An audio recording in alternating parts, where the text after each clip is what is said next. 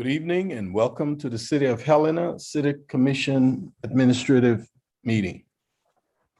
This meeting is called to order. Welcome and thank you for participating in the City of Helena City Commission meeting. We are pleased to be able to provide this alternative meeting format in the city's effort to broaden public participation. Please be patient as we may experience technical difficulties during the meeting. We welcome your public commentary during this meeting. Please read the following tips and guidelines for the app usage and your participation. Well, before I say Madam Clerk, I know we have the Deputy Clerk sitting in today, and I just want to formally welcome her. Welcome, Ms. Reinhardt. Stephanie Reinhardt is the new Deputy Clerk. And so, Stephanie, at this time, we will take the roll call. Thank you. City Attorney Jordan, sorry. Yep, here. City Manager, oh, you know what, actually, just so everyone is aware, I do have City Manager Harlow Schock is currently having some difficulties logging on. So we're trying to get her in here shortly. Commissioner Halliday. Here. Commissioner Dean. Here, and welcome. Congratulations. Thank you. Commissioner Logan. Here. Commissioner O'Laughlin. Here. And Mayor Collins. Here. Thank you. Thank you. Mayor, I'm here. Rachel from Okay. Yep. Committee discussion. Civic Center Steering Committee recommendation to the City Commission. Committee Chairperson, Nikki Zupanik. Thank you, Mayor Collins, and thank you to the City Commission for the chance to join you today and to share with you the committee's work and our recommendation regarding the purpose and composition of the Civic Center Advisory Body. Also on the call today are a few other committee members who will be joining me in making the presentation regarding the committee's majority recommendation. We have Ellen R. Scott, we have Cal Poole, I believe we have Andrea Opitz, Katya Ellis is also on, I believe, and they all will be helping me to present the work that the committee has done and our recommendation to you regarding the first task that you gave to us in the most recent resolution adopted last December. So a brief recap of where we are and where we have been. Since this committee was formed last January, over the last year and a half, the committee has worked with city staff and other community members to dig in deep and study and evaluate where the Civic Center has been and options for where the Civic Center could be going into the future, and specifically have honed in on what we've been tasked with by this commission, which was to evaluate options for an advisory body for its purpose and composition. So understanding the Civic Center's unique challenges over the years regarding financial sustainability and concerns about whether or not the Civic Center was reaching its highest and best potential uses, we started last summer with developing a set of value statements, and those included engaging the community with wide-ranging and quality performing arts events, attract visitors and generate economic benefits, increase local use and enjoyment of the Civic Center, and preserve the historical significance of the Civic Center venue. So with all of that in mind, when we were given this commission's resolution last December that had two tasks in it, to provide a recommendation on the purpose and composition of the Civic Center Advisory Body to this commission by April 30th, and also to assist staff in developing a request for proposals, we took our work really seriously, and we immediately got to work with those value statements in mind, with a clear idea of what we considered to be success for the Civic Center. We dove in and over the last 4 months have had a series of open meetings where committee members presented research and options for Civic Center Advisory Body. There were two very clear, well-developed options that were presented to the committee. The committee also took public comment at each of our meetings. And back in March, this committee did reach a recommendation that we're presenting to you today. That recommendation is that the City of Helena create an advisory body that would be formed as a nonprofit board of directors. That the nonprofit governed by that board of directors, who would be the advisory body for the city, for the Civic Center, would be responsible for the operations and management of the Civic Center. The nonprofit would lease the building from the City of Helena, meaning the City of Helena and its citizens would retain ownership of the building. That recommendation was approved in our March meeting. And just to be extra sure, we discussed it again at our last meeting, which was last Thursday, and reconfirmed the committee's vote by 7-2 in favor of that recommendation. So with me today, as I said, are Andrea Opitz, and I'm just making sure also Alan or Scott. Oh, there's Andrea. So like I said, we have a handful of folks from the steering committee who are here today to present a little more detail about how we reached our recommendation. In the end, after looking at all of the research that Alan and Andrea in particular did, looking at other models of successful nonprofit management of city-owned venues all across the country, including right here in our own city, Grand Street Theater and Myrna Loy are both nonprofits that operate government-owned venues. We reached the conclusion that partnering with a local, homegrown, nonprofit entity to operate and manage the Civic Center captures the best aspects of all the scenarios we studied. So I'd like to go ahead and turn it over to Andrea and Alan. In your meeting packet for today, there is a PDF of a slide deck that Alan and Andrea presented to the committee back in February, later revised and updated with even more information, and is now shared with you today to give you some more detail about this nonprofit model, hybrid model that they have studied from other venues across the country. So Andrea and Alan, if you'd like to go ahead. And Andrea, are you able to share the presentation? I know you'd want to share. I am, yes. Thank you, Nikki. Great. Can you see it now? Yes. Excellent, thank you. Appreciate that introduction, Mayor Collins and commissioners, thank you. As you can see here, there is the timeline that Nikki just ran through. And again, you know, this was here to help guide this committee in steering us on the composition of a new board. And so really what we had to do prior to looking at what the board looks like, we really had to determine what the board was going to do. And in order to determine what the board was going to do, we must determine what the structure of the board looks like.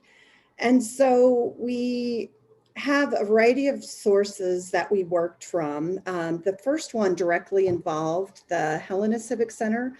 That was part of the cultural planning group study that was performed back in 2016. And the second one here is a nationwide study on how to keep city-owned halls sustainable. And so, you know, what we kind of discovered is that the primary user of most city-owned halls either manages that and or a separate nonprofit.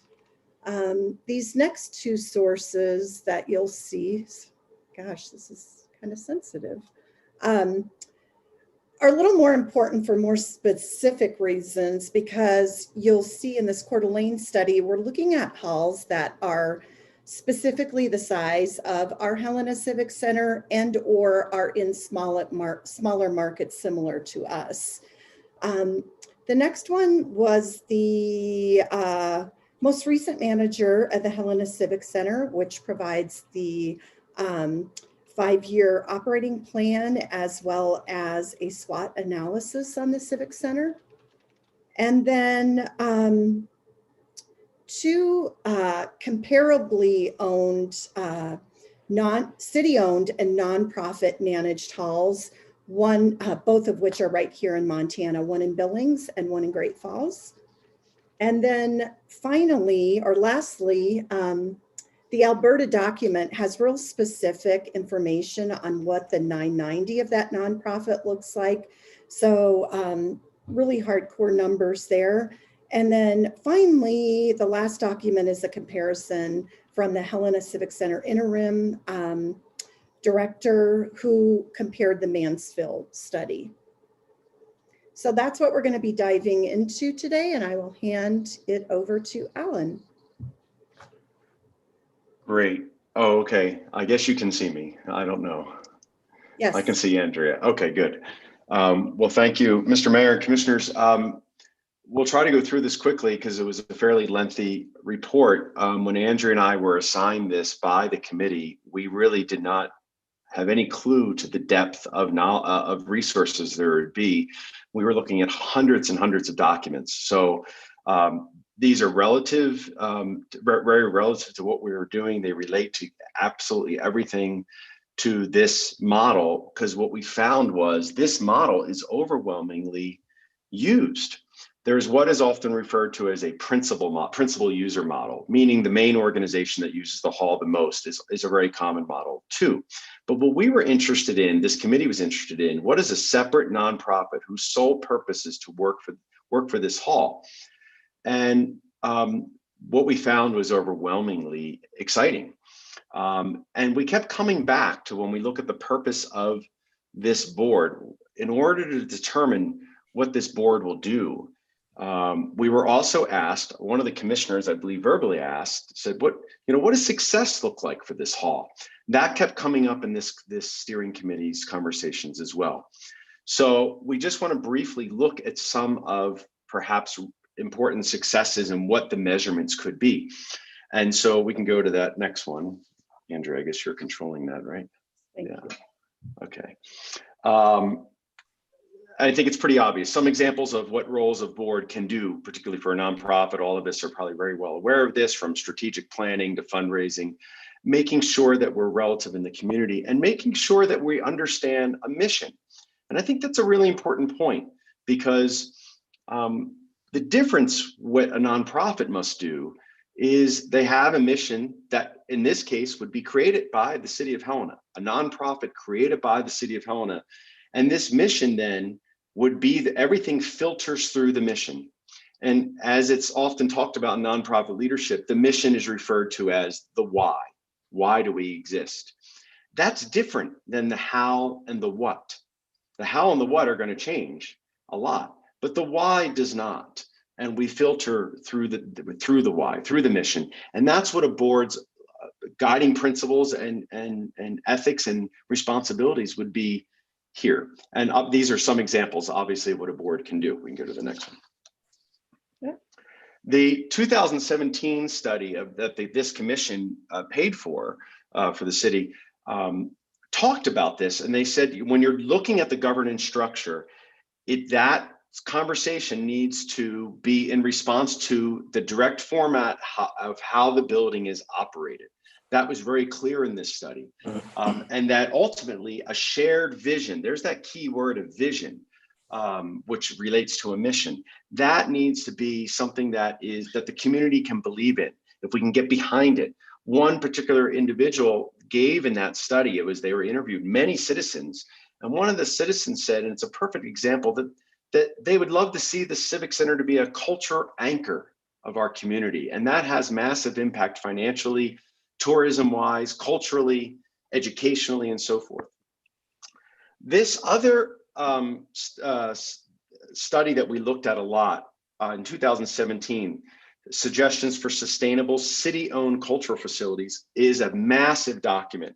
And this person who did this study looked at so many different things. And one of the things that she says throughout is that the Performing Arts Center's ability and effectiveness to serve the public is influenced by the governance and how it's managed. The management keeps the coming back. So with this idea, in order to determine what the board will look like, we have to determine what the board will do and what the structure of the organization and the Civic Center will be.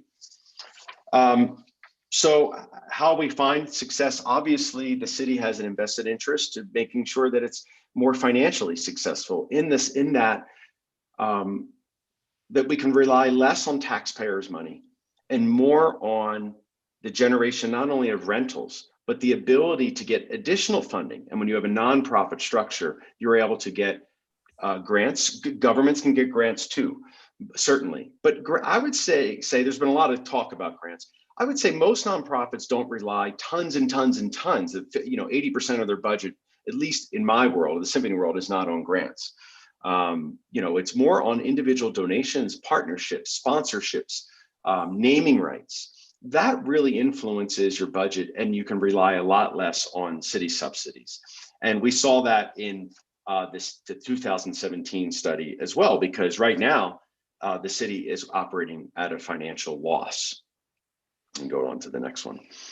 The two city managed venues that the 2017 study looked at, here and in Great Falls, have no contributed revenue, meaning no donations, grants, or sponsorships, at least at the time of the study. And the Civic Center currently has one of the largest financial dependencies from city subsidies. At the time of this study, it was at over $16. We have updated that to reflect it's more $10, given the growth of the city and other things, because there has been some programming done. But the $10.50 per capita, compared to other city-owned halls that are run by non-city entities, it's roughly between $4 and $6 per capita type of scenario. The Alberta Bear Theater is fascinating, and we looked at their 990, and you can see it up here on your screen, that they're getting from just rentals and programming, over 70% of their budget with contributed income, meaning donations, grants, foundations, naming rights, sponsorships, nearly over 24% of their budget. And they're actually operating on a net positive, over $200,000 on the positive. And it's interesting that they also just completed a $13.6 million renovation. I think they're literally just ready to open their doors again. That was all from donations and capital campaign and grants. And keep in mind, this building is owned by the City of Billings, and the City of Billings set up a separate nonprofit referred to as the Alberta Bear Theater Corporation. And they lease the building from the city for $1 a year, very similar to Grand Street does with the City of Helena and the Myrna Loy does with the Lewis and Clark County.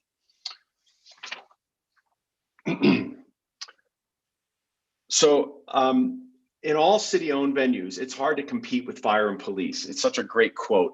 This was a quote that this massive document we read interviewed dozens and dozens of city leaders, elected officials, as well as nonprofit leaders who are working for the nonprofits in cities. And one of the people they interviewed said this quote, because it's really important what we think our role, our roles, your role as elected officials. When you ask citizens, they often will say, to keep us safe, to deal with fire and police. Certainly Commissioner Logan understands that more than many of us. And that's really important. We want our monies to go there. And every time, and this is a direct quote, you're going to lose every time you have to compete with them for funding. It's essential and imperative to diversify your funding streams and offset reliance on public subsidies. Venues that are managed by nonprofits have the freedom to raise funds and directly support the venue. The government-run venues have difficulty rallying financial support from individuals and corporations. That's really important, I think, to point out that this was a big theme throughout this particular study. And if the venue holds a nonprofit status, fundraising opportunities and tax exemption will definitely assist. We are in a town with many nonprofits. And yes, there are, and we will deal with this, of how does that compete with other nonprofits? We'll be addressing that. Venues with nonprofit status can immediately raise money, unlike municipally managed venues. And that's a pretty proven fact. When you and so these things are important. The next study that we looked at that was in within the 2017 study that the commission paid for. It's page the next page if we could. Yeah, this was the feasibility study that the Coeur d'Alene city did with deciding how to run a performing arts center in Coeur d'Alene. This is what the study here in Helena found out with this cultural planning group. For the comparisons, they looked at 31 different facilities. 8 of them were run by an academic institution, so it wasn't very compatible to compare.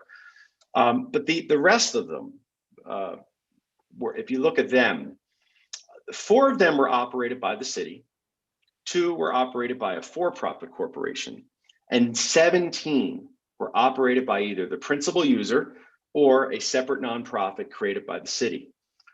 And there's a reason for that. These were the ones that were overwhelmingly the most successful financially, artistically, and in terms of just being a real important anchor in the city. And if you look at the little drawings there, the ones that are in that greenish color you could see there is far more access to sources of support.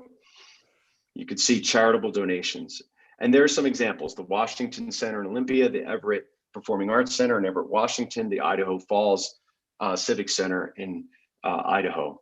You can see those examples. They're very relative. These are examples that are in more what we would call rural areas. Yes, they draw from other cities, just like Alberta Bear and Missoula and Great Falls, and some of their programming, they will draw from other cities. And that's what we believe the Civic Center should be doing, bringing people to this town. We can go to the next one. So outside of the financial piece, this leads into how important it is that we believe that we want the Helena Civic Center to be a go-to destination. This does not take away from the principal users, from the symphony, of course, but also all the ballet groups, the school district, the local groups that use this regularly. There are still nearly, depending on how you look at the calendar year, there's upwards of 2/3 of the days available still for rentals and to bring in other outside groups to really make the Civic Center far more vibrant than it's been. This was a conclusion from the 2017 study. There was a consensus that the Helena Civic Center has the potential to play a vibrant role in the community. And it could be such a vibrant anchor for downtown, but it just does not operate that way. That was a citizen focus group quote. We can go to the next one, yeah. There is a general perception among the focus group that the cultural study found and interviewed participants that the Civic Center is significantly underutilized. And we'll look at this, even if you look at some of the best days, 1996 and 1999 and 2018 were some of the better days, but the building was still underused, at least 1/3 of the day. The reason why we're hemming on sort of the different days used, because right now, some would say, well, the building is not usable for nearly 60 to 90 days a year because it doesn't have air conditioning. Well, that's something that a nonprofit could fix over time, or a capital campaign could fix, because why couldn't the building be used all year long? So it's been operating as a passive rental facility, and it's used less than 1/3 dates available. So the advantages and potential partnerships, for example, with Helena and Montana tourism organizations, if it was a thriving arts center, bringing in performing arts and events, not just performing arts, but other events that are really cutting edge. As many of you know, Helena, by several different periodicals, has been ranked the #1 small arts community in the United States. And the Civic Center is Montana's largest performing arts center in terms of seating capacity. Certainly, we deserve better. We can do better. The 5-year operating plan from the former general manager and now the new general manager, Byron Dyke, has said in his 5-year operating plan that over half of the calendar is available for bookings. And the 2017 study also supports this, that the artistic success depends on appealing to outside of our hall, outside of our region. We need to draw people to our community. Why wouldn't we do that? Look what some of these other events do, whether it's a Pride Festival. The Symphony Under the Stars brings over $1 million to the economy here with 18,000 people. Over 1/3 of those people are not from the Helena region. That can be easily attainable with events that people are attracted to. How many of us have gone to bands or different organizations, events outside of Helena because you wanted to experience that event or that performance? The other thing that I think is unfair to city employees is to put on programming. That is not what cities are expected to do. And the studies have showed, that pointed out that city employees are not equipped, they're not trained. They often lack the experience needed for fundraising, grant writing, but specifically when it comes to programming and dealing with arts organizations or artist managers and things of that nature. And when we look at how the nonprofit world works, they specifically focus on these things and they develop those expertise.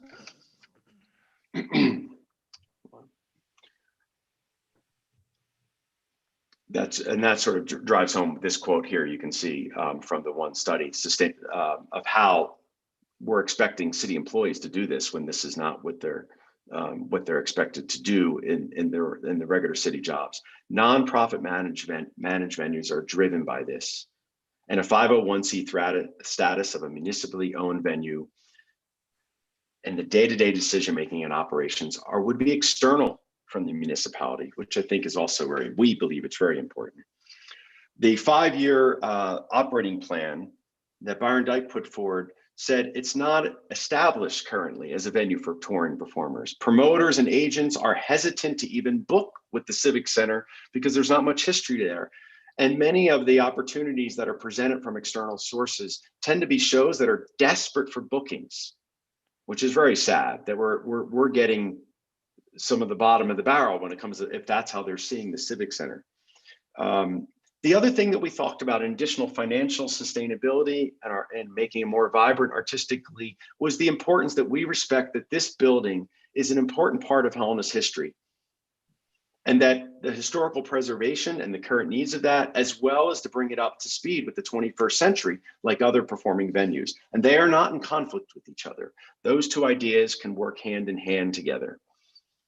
The fact that air condition is one example has been limiting activity, boiler system, air handling system, pose challenges in controlling temperatures without disrupting events. This has been an issue for anybody who's ever rented the hall. And it's addressed in the 5-year operating plan that we reviewed.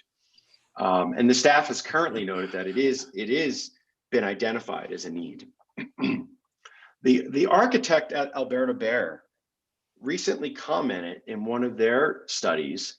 They said that their $13.6 million renovation of the Alberta Bair has breathed new life into this theater. And the reason they were able to do it was because of a nonprofit organization that runs the Alberta Bair, the city-owned building. So in order to determine some success, or what this board should look like, we had to have some sense of reference. How the Civic Center should be run is really important, and what it would look like. And if we look at these comparable studies and the study for the Civic Center just a few years ago, they all indicate at some point that a nonprofit should be considered. We brought the executive director of Montana Nonprofit to one of our meetings in January. She also said that this is a doable model and it should be considered. I spoke with her today about this, in fact. And when a performing arts center is driven by mission, I think we're going to keep coming back to this idea of why and mission. But the most common form of this in facilities that are municipally owned is to contract with either an existing nonprofit or to launch one specifically to operate and program the facility. That was one of the recommendations from the conclusion of the 2017 study. That is amplified by this 2000 sustainable city-owned cultural facilities. When governed as a nonprofit, the Performing Arts Center can be publicly owned, but it's operated by a nonprofit. The relationship between the ownership and the operating entity is decided through a mission, the community goals, the programming, and anticipated funding streams. We are no way suggesting this is overnight. We believe this is a multi-year, perhaps as high as 8 years to transition. And we'll address some of that as well. The Washington Center for the Performing Arts has also explained the success of the venue of their center, which I would encourage you to look at because it's fascinating. This is a building that is owned by the City of Olympia, and they created the Center for the Performing Arts, a separate nonprofit with a long-term contract to lease their center. And the city and the center both point to this relationship between this nonprofit as why it has been so successful. I would add, and it's not part of this study, but it's certainly worth looking at. We have been looking at it, that the city of Arvada, Colorado has an incredible story as well, where the city created a separate nonprofit, and that center, Arvada Center, is booming because of that relationship. I was reading their annual report this afternoon. The nonprofit organization we're proposing would be created by the city. So the citizens of Helena would be the ones that ultimately create this nonprofit for the purpose, the city would create this mission for the purpose of managing and improving the Civic Center in order to create a more vibrant center for the performing arts, to have community events, and while preserving the historical significance of the facility. The study of 2017 at the Civic Center echoes that. It would require recruiting members of the community to form an operating entity and to build the organizational capacity for fundraising, marketing, program curation, education programming, and facilities management. All municipally owned but operated by a separate nonprofit. We can see that this is what this study looked at. They looked at these, the top three, the Washington Center, the Everett Performing Arts Center, and the Idaho Falls Civic Center. It's also worth, as Nikki has pointed out, that the Grand Street Theater is owned, many people don't know this, in the city of Helena. It is owned by the city, but it's been operated by a separate nonprofit for a long time. The Myrna Loy, most of us know that that's owned by the county, and it's being operated by the Myrna Loy Performing Arts Center, and that's also another fascinating story. So after determining what the success is, what a board should look like, we want to make a recommendation that can be made up on the makeup and the role and responsibilities of a new board for the Civic Center. In no way are we saying that this is the end product. We are saying this is just the beginning. We believe more work has to be done. But if it's ultimately managed by a separate nonprofit and created by the city, then a board can provide many of the following things. And I'll let Andrea take some of the things from here, and then I'll wrap it up after that. Sure, you bet. So obviously providing the governance, one of the big pieces is that fiduciary responsibility. They would of course be able to hire the lead staff, and again, back to that big commitment to mission, very much mission driven, ensuring that they are all about the community. Again, back to that Washington Center for the Performing Arts. They have a great quote: working as volunteers, the community leaders that make up the board are the critical component of maintaining that link between the center and the community. They're responsible for hiring the executive director, approving the annual budget, and setting the long-range direction of the center. So again, they're very interconnected, very much in line.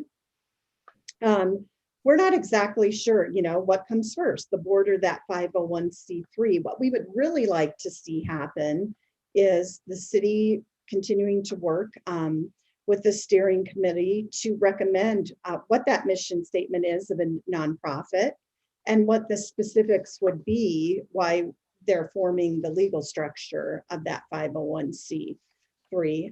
Alan did comment that that could take several years to become less financially reliant on that city subsidy, but I mean, there are a variety of models. We've seen some anywhere from 2 to 5 years, some as high as 10 years. I also was looking at the Arvada Center for the Arts, and they had like, what do those transition plans look like? They have an amazing cooperative agreement between the city of Arvada and the nonprofit. And it's very detailed and very clear. It includes what the plan looks like. And of course, the 501c3 would follow any, all of the laws as well as the bylaws that were put into place. So, this is kind of in the infancy of it. We are looking at, sustainability and what works and what has the greatest community impact. So looking at, from an economic, a social, and a cultural standpoint, what is in the best interest of our community, the size of our community, and how can we really launch off of those efforts that have been produced in the past? And there's the long-term implications are pretty significant, like we've covered here today, and we'll touch on that a little bit more. But again, it seems like a win, and that the city, clearly still owns the building. It's just that day-to-day management, it looks different and is operated by that separate nonprofit.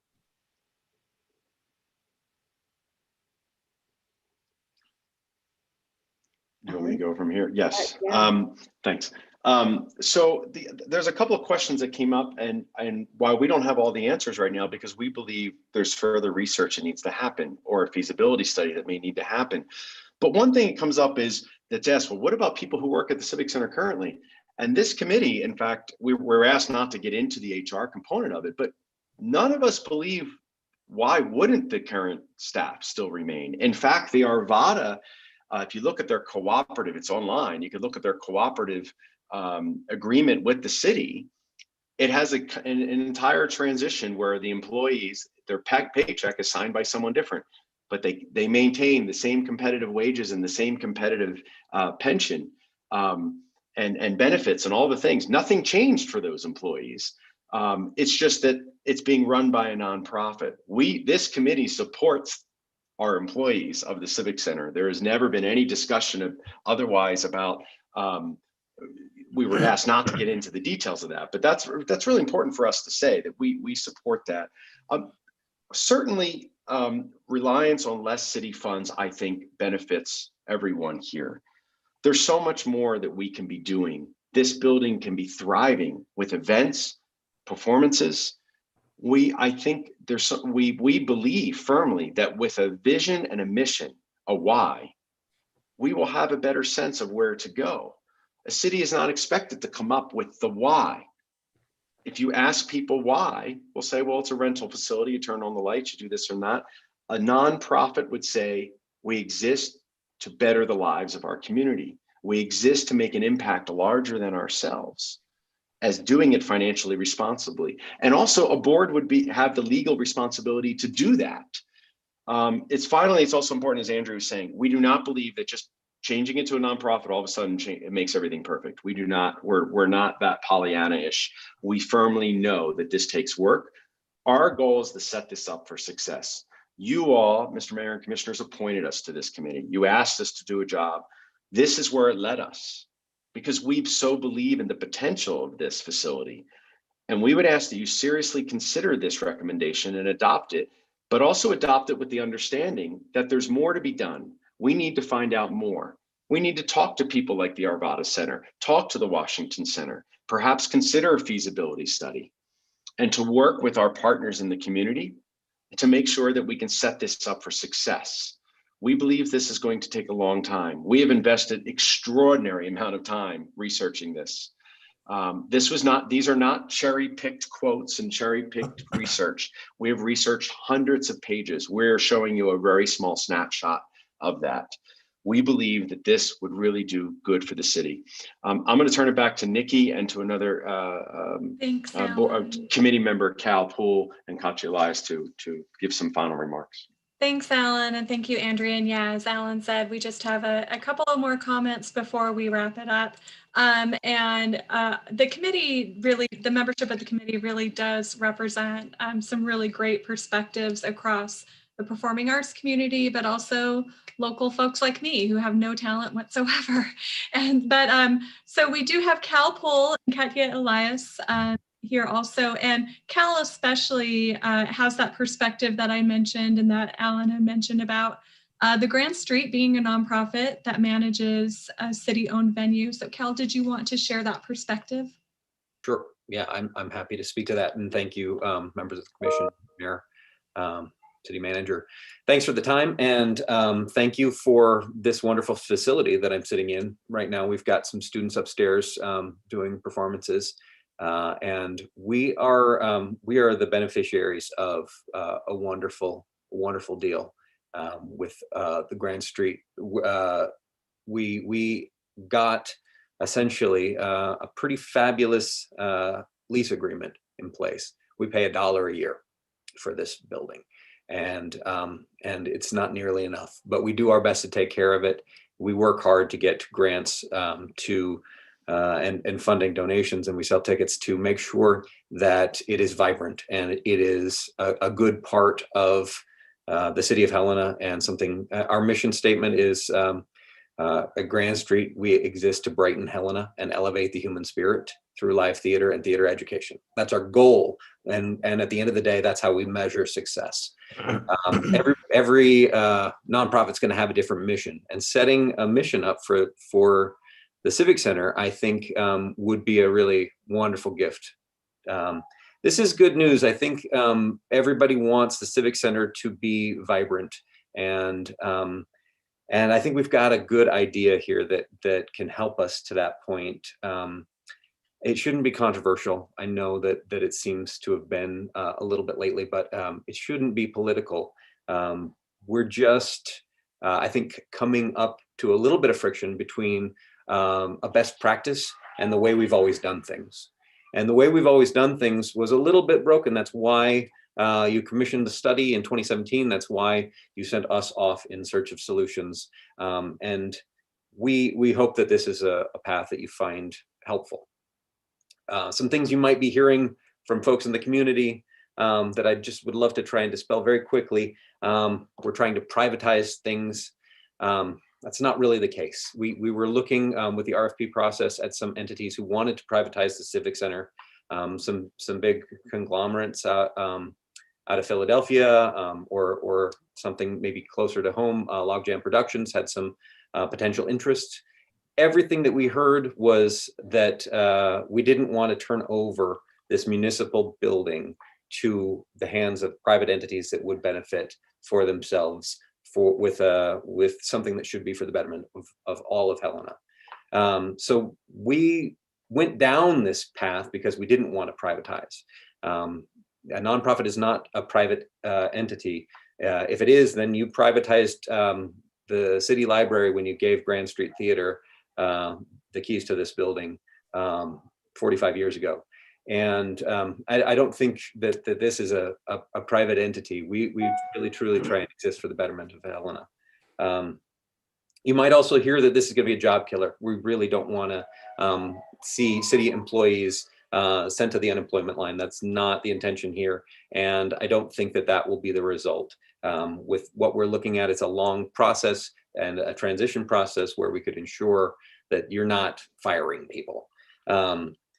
Civic Center should have a civic purpose, and that means that it should be run by the city. I don't think that that's necessarily true. I think to have a civic purpose means that it should be run well. And I think that the nonprofit model gives a lot of really good tools to help run that building better than it's currently being run. And it's not to take anything away from the people who are working there. It's not to take anything away from the wonderful commissioners or the mayor or the management. It is just that the current municipal model does not offer the tools that a nonprofit could, in terms of donations, in terms of fundraising, in terms of best practices. I think that the venue management is often and most often handled by nonprofits when you look around the country, and it's for a good reason. You might also be hearing that it's going to compete with local programming, that there are people who will be winners and there will be people who are losers, that because Alan is pushing it, that Symphony is going to be a beneficiary for it and that other people will be hurt. I don't think that that's the case at all. In fact, I think that if we are able to do a little bit better with the organizational structure, we're going to be able to use that venue to its fullest potential. And people ask me why I'm in favor of this, because Grand Street, we solicit sponsors, we solicit donations, we write grants, and we're also trying to get people to buy tickets at our place. And if we're creating a nonprofit that's going to do all of those things just down the street from us, isn't that going to be bad for business at the end of the day? A woman walked into my office a couple weeks ago. She was on the board of directors at Grand Street many years back, and she said at that time there was a guy in our community who was trying to take his little his film house, an art house that he had, and make it be a little bit bigger. He wanted to try and create a nonprofit out of it and take over a municipal entity. And we, as a board of directors at that time, I was a student at Grand Street Theater when this was happening.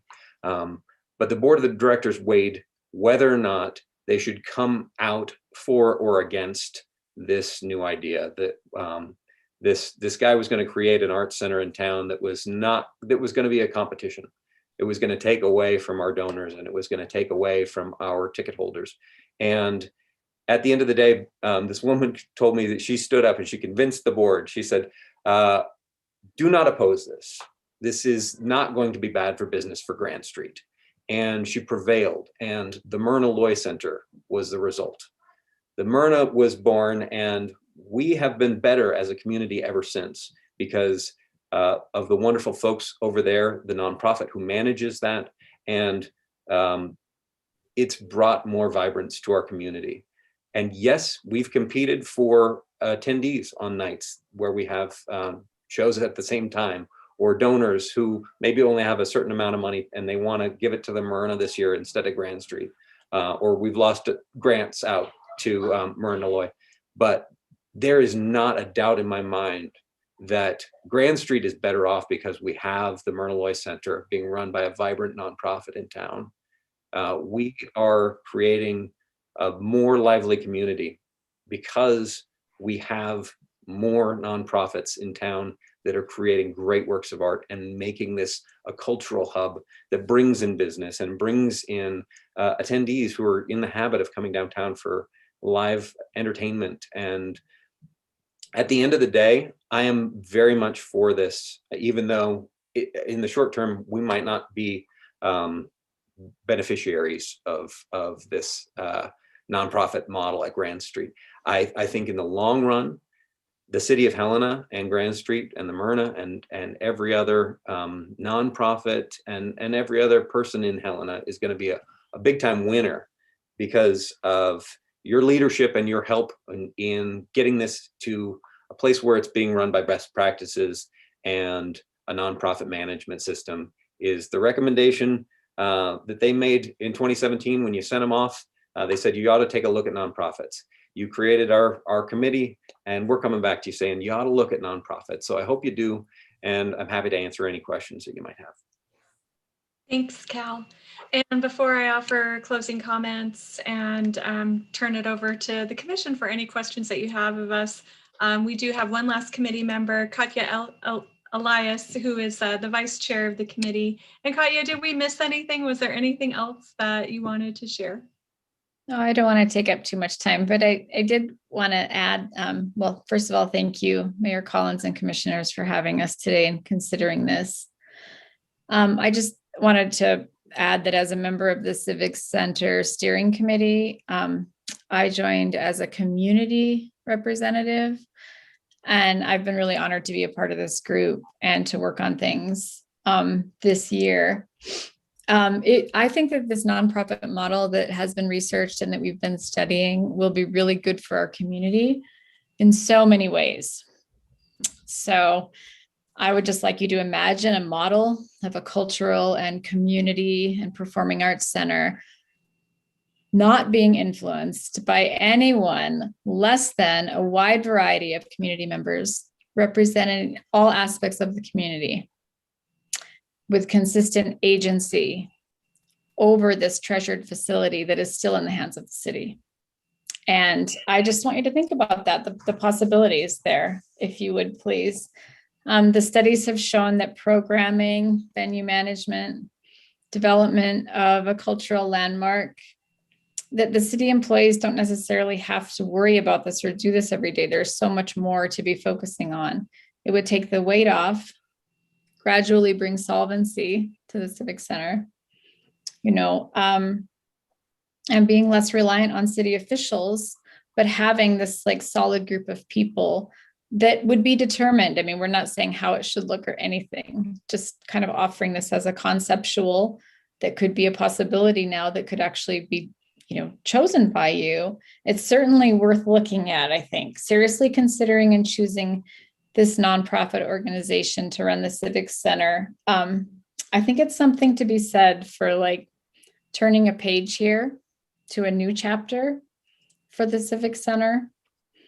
I was just thinking that as a community member, I believe we will one day look back at this time and with gratitude as a community for your foresight to support this nonprofit model and help ensure solvency and success for a cultural center in our community. It's not just the performing arts, it's civic life that we're, the events, civic opportunities, the whole range.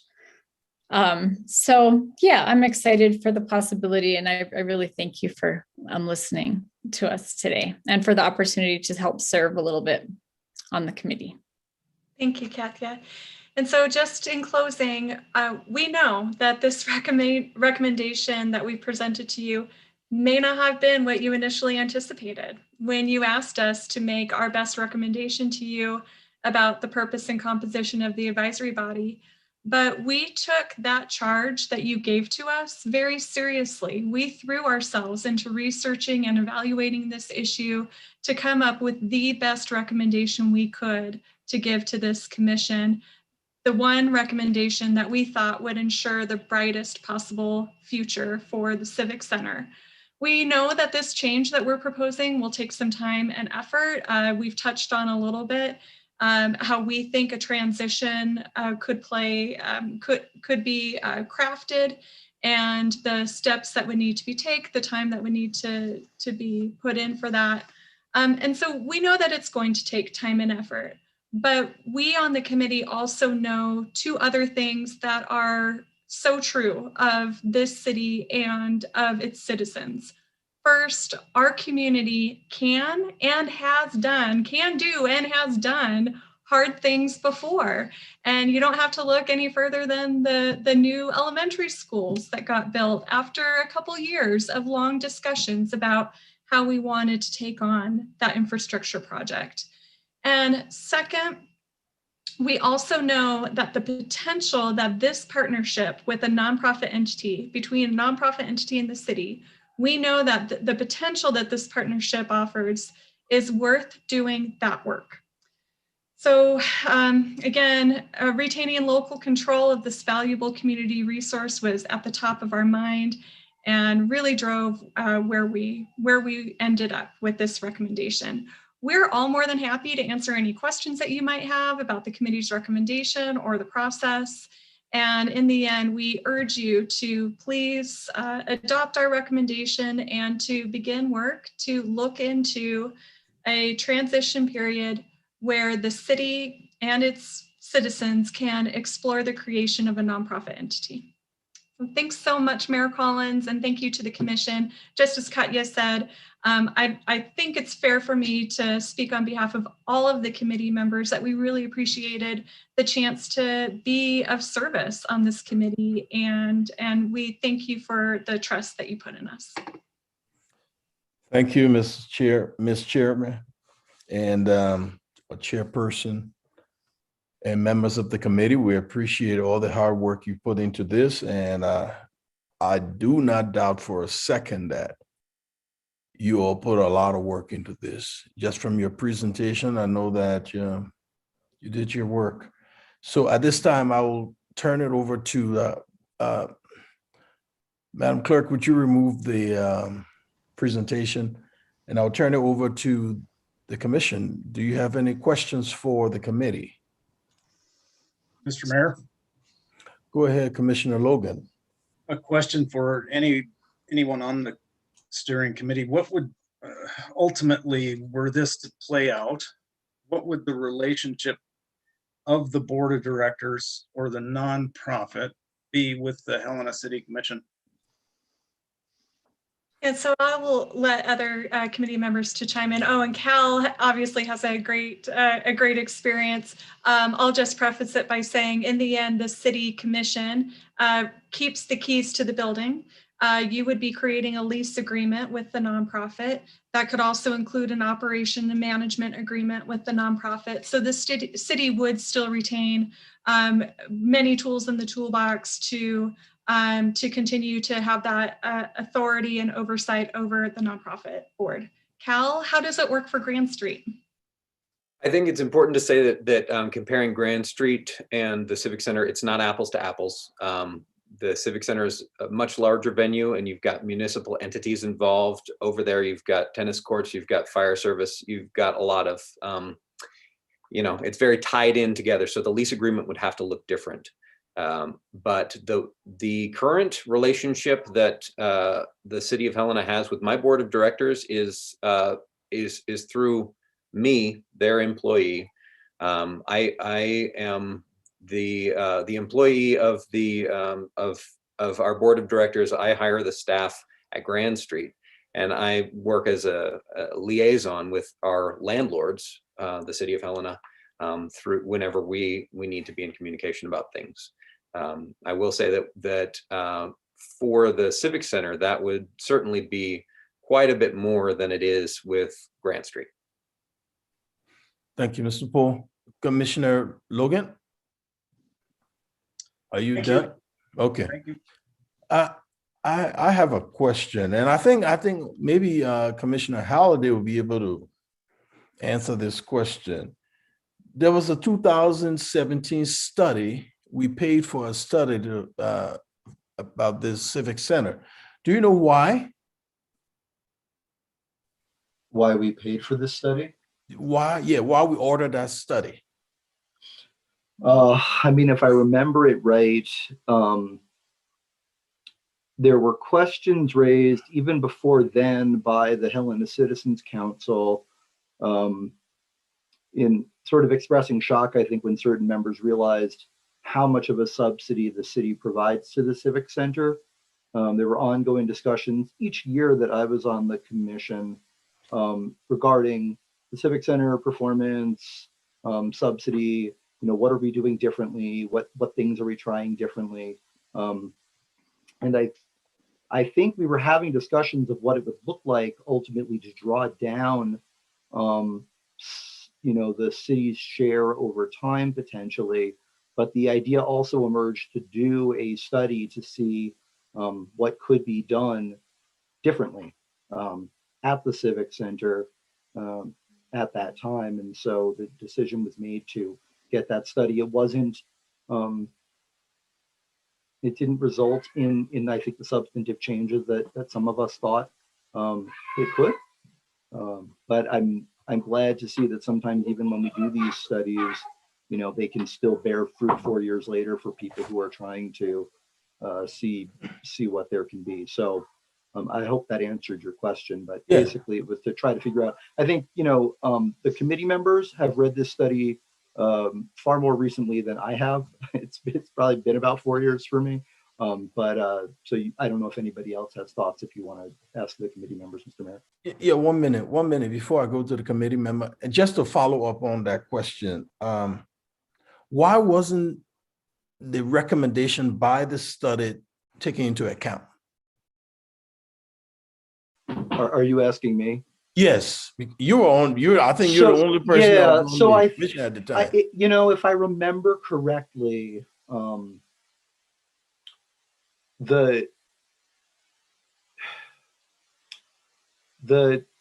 were a few different possibilities that were sort of listed in there. There was kind of status quo. There was, a shift towards what we're looking at.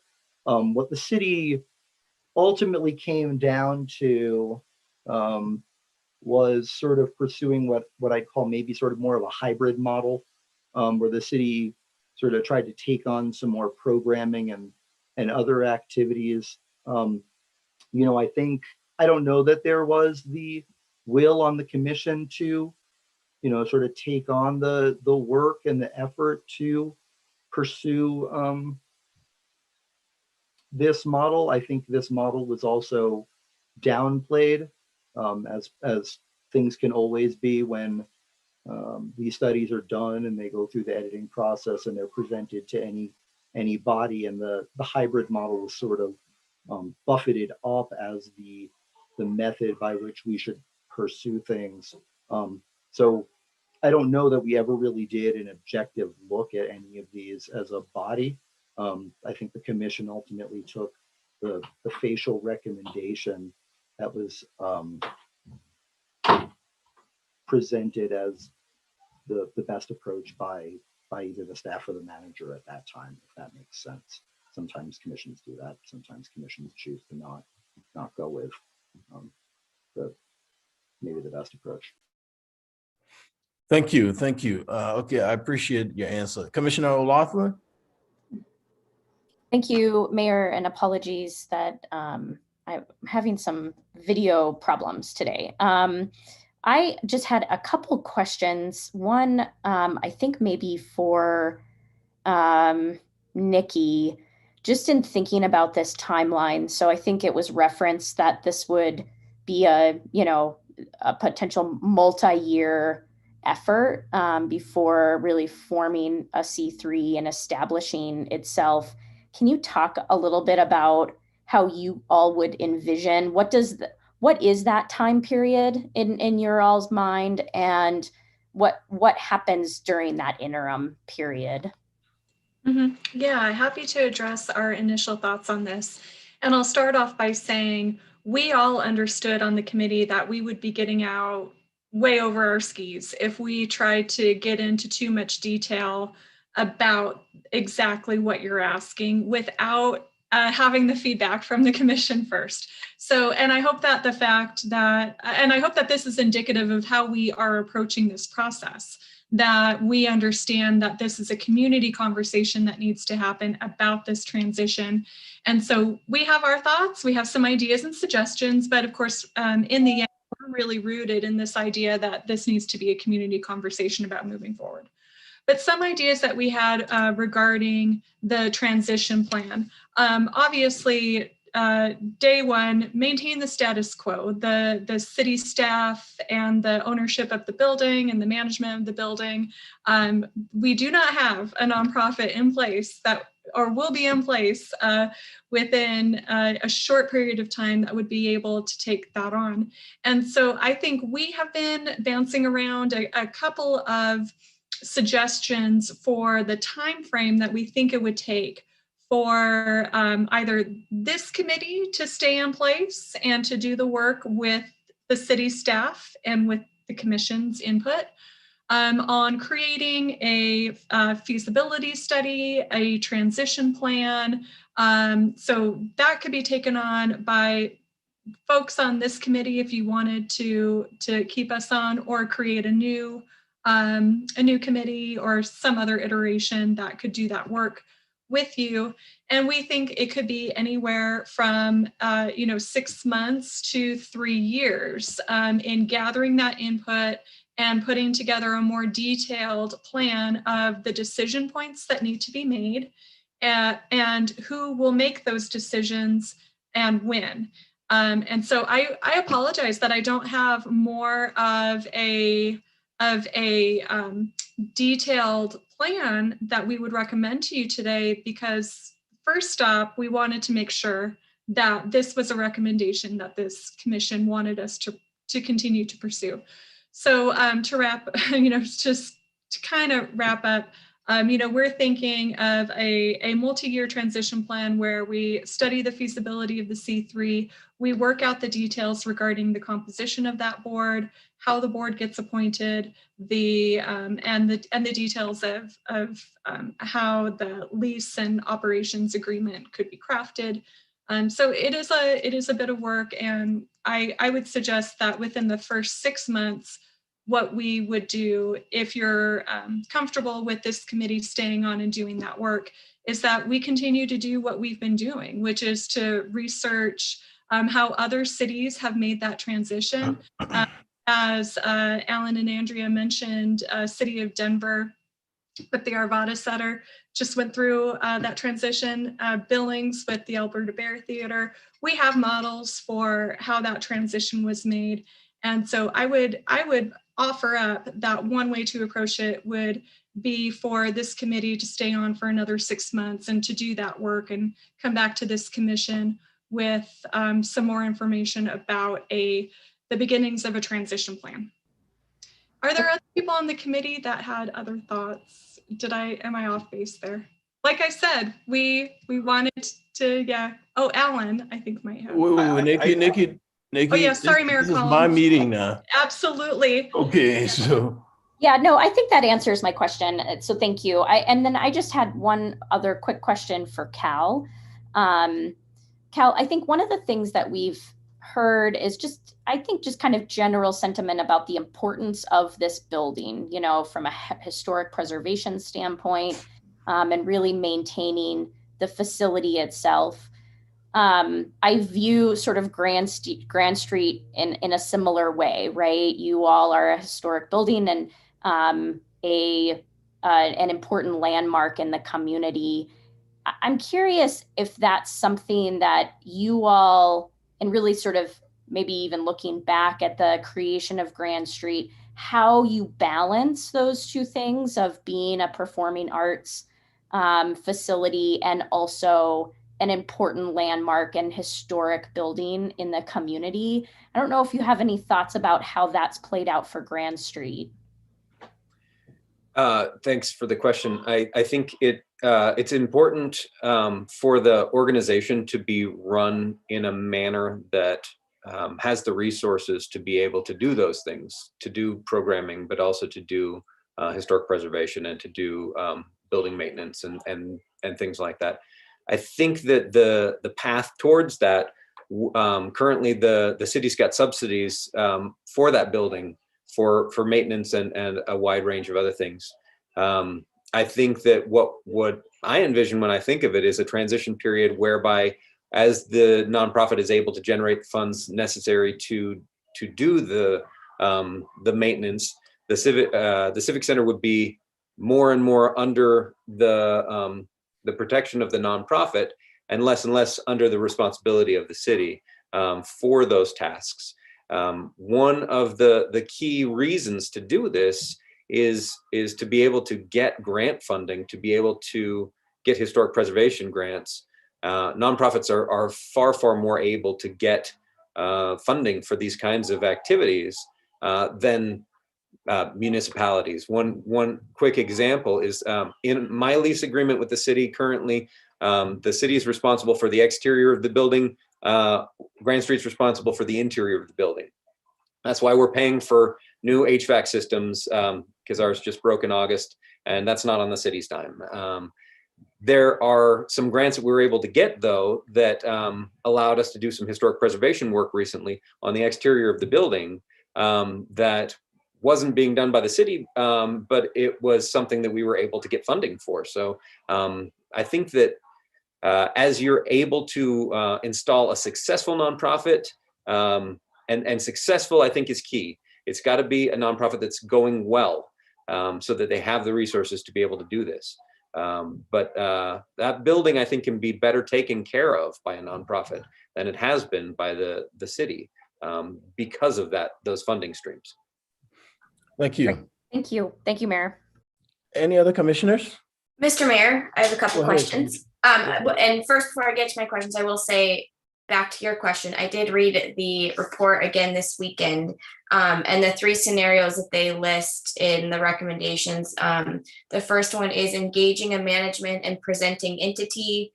Scenario 2 is Helena Civic Center presents programming.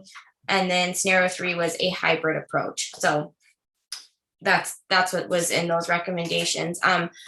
My questions, I think, Chair Zupanik, since you've been in all of this, so one of the things, it seems that the kind of the crux of what the committee saw as a benefit, as it presented, was a financial benefit and then access to financial tools for the Civic Center. Did the committee consider, for example, a foundation that would, also be able to avail itself to those kind of benefits? Mm-hmm. Yes. Oh, Mayor Collins and Commissioner Dean. Yes, we did explore the possibility of a hybrid of a nonprofit entity that would be in place just to be a receptacle for charitable donations and for grant funding, but that left the management and operations possibly to a private for-profit company like Logjam or like Spectra. And what we realized is that the two really work best together when they are together. That the other venues that we looked at that had the two pieces married into one nonprofit had much greater success with raising donations and with being successful for grant funding. And so we thought that combining the two boosts the financial stability and the financial potential for the Civic Center, and also the big advantage of not going the route of contracting with like a Logjam or a Spectra is that the nonprofit also would be able to serve the function of being that local entity made up of Helena community members who would be looking out for things like the craft shows and the wedding receptions and all of those other uses that that maybe a for-profit manager would not prioritize as highly as our community would want those events to be prioritized. So in the end, we came to the conclusion that this has worked best in other cities when the two have been put together. And so that's why we went that route with the Okay, so just to clarify, it wasn't a consideration of the Civic Center being operated by the city with a foundation supporting, similar to, like, for example, Helena Education Foundation and Helena Public Schools. That wasn't part of the consideration. Is that correct? Mayor Collins and Commissioner Dean, no, that was part of the consideration too. That was another option that we considered, and that was an option that we gave even more discussion to just at the last meeting, just checking in, and if that still would be a better way to go. And the discussion, if I can kind of summarize how that went, the discussion around that went with the what this nonprofit would bring to the table is that the nonprofit would be able to have professionals that specialize in performing arts and venue management, people who have that sort of experience. And maybe that is city staff, but maybe it's also new people that the nonprofit is able to bring in. It's also the expertise that a nonprofit board of directors that's specialized just in making the Civic Center the best it can be. We thought that that maintaining the status quo of the city continuing to run the day-to-day operations and management, the programming and all of that, that the nonprofit could be better suited and would be better suited to be able to bring in expertise from the local community on the board and on its staff to be able to manage the Civic Center to its highest potential. So that we did consider that, and that's and still felt that this model gave us the best option. Okay, and one more question for Chair Zupanik, and then I also have a question. I think actually Troy will probably be the best to answer this, but so when I was reading the 2017 study again, it talks pretty specifically, and I think all of us know this, that the Civic Center is an events venue with two very distinct parts, one of which is the auditorium, which is the performing arts piece of that. But within the presentation and from what I'd seen there, it looked like there was minimal discussion from the committee on the ballroom portion, which, you know, as we all know, is such an important piece, especially when you talk about like the civic and community activities that happen there. And so I'm just wondering, you know, was there a reason why the impact and future of the ballroom was I guess less of a focus, or what's some of the background on that? And Mayor Collins and Commissioner Dean, actually the ballroom had quite a large amount of discussion. We talked at length about especially the capital improvements that needed to be made for the ballroom to be well functioning for a variety of events. We talked about those wedding receptions. We talked about those craft shows. We talked about nonprofits holding different types of events, and how difficult it is for community groups and for just individual Hellenans to make the most of that ballroom space, because the kitchen facilities are severely lacking. It's really difficult to find a caterer who can work with the limited equipment that is in that small kitchen space. There's also the air conditioning, the HVAC issues that my other committee members mentioned earlier. So we did talk quite a bit about the ballroom separately not reaching its highest potential either, because there have been barriers to making sure that it's accessible year-round in a way that a range of people can use it. So yeah, I agree that maybe in our presentation, you know, the auditorium gets all the spice and all the attention because you're thinking about these big concerts. But one of the reasons why we felt so strongly about this nonprofit model, a local nonprofit managing, is because we wanted to make sure that the ballroom and all of those community events that currently use it will continue to be able to be welcome, and will be able to make the best use out of it. So we did. My apologies that even in this presentation, the ballroom got short shrift, but it got a lot of discussion during the last 18 months. Thank you. And then, Mr. Mayor, just one more question, and I have a feeling Troy probably will be the best person to answer. So, and I don't know if Pam Atard is on here either, but someone who has a historical background. Troy is present. Okay, perfect. Do you know who did the city do the renovations when, I guess, one, when Grand Street went from the library to us at Grand Street, and then two, for the Myrna, when it went from the county jail to 2nd Street Cinnamon and the Myrna? Mr. Mayor, Commissioner Dean. Commissioner Dean, can I just stop? Hold on one second. I want to, before we pull the staff in, I really would like for you guys to complete the conversation. I'm really conscious of pulling us into what I understand have been pretty difficult conversations behind the scenes.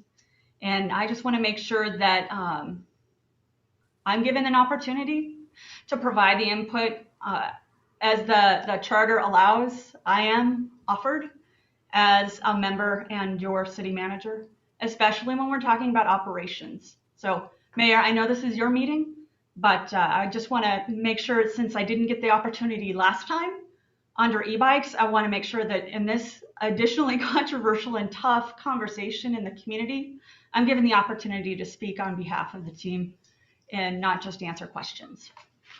You bet. Thank you. Go ahead, Jay.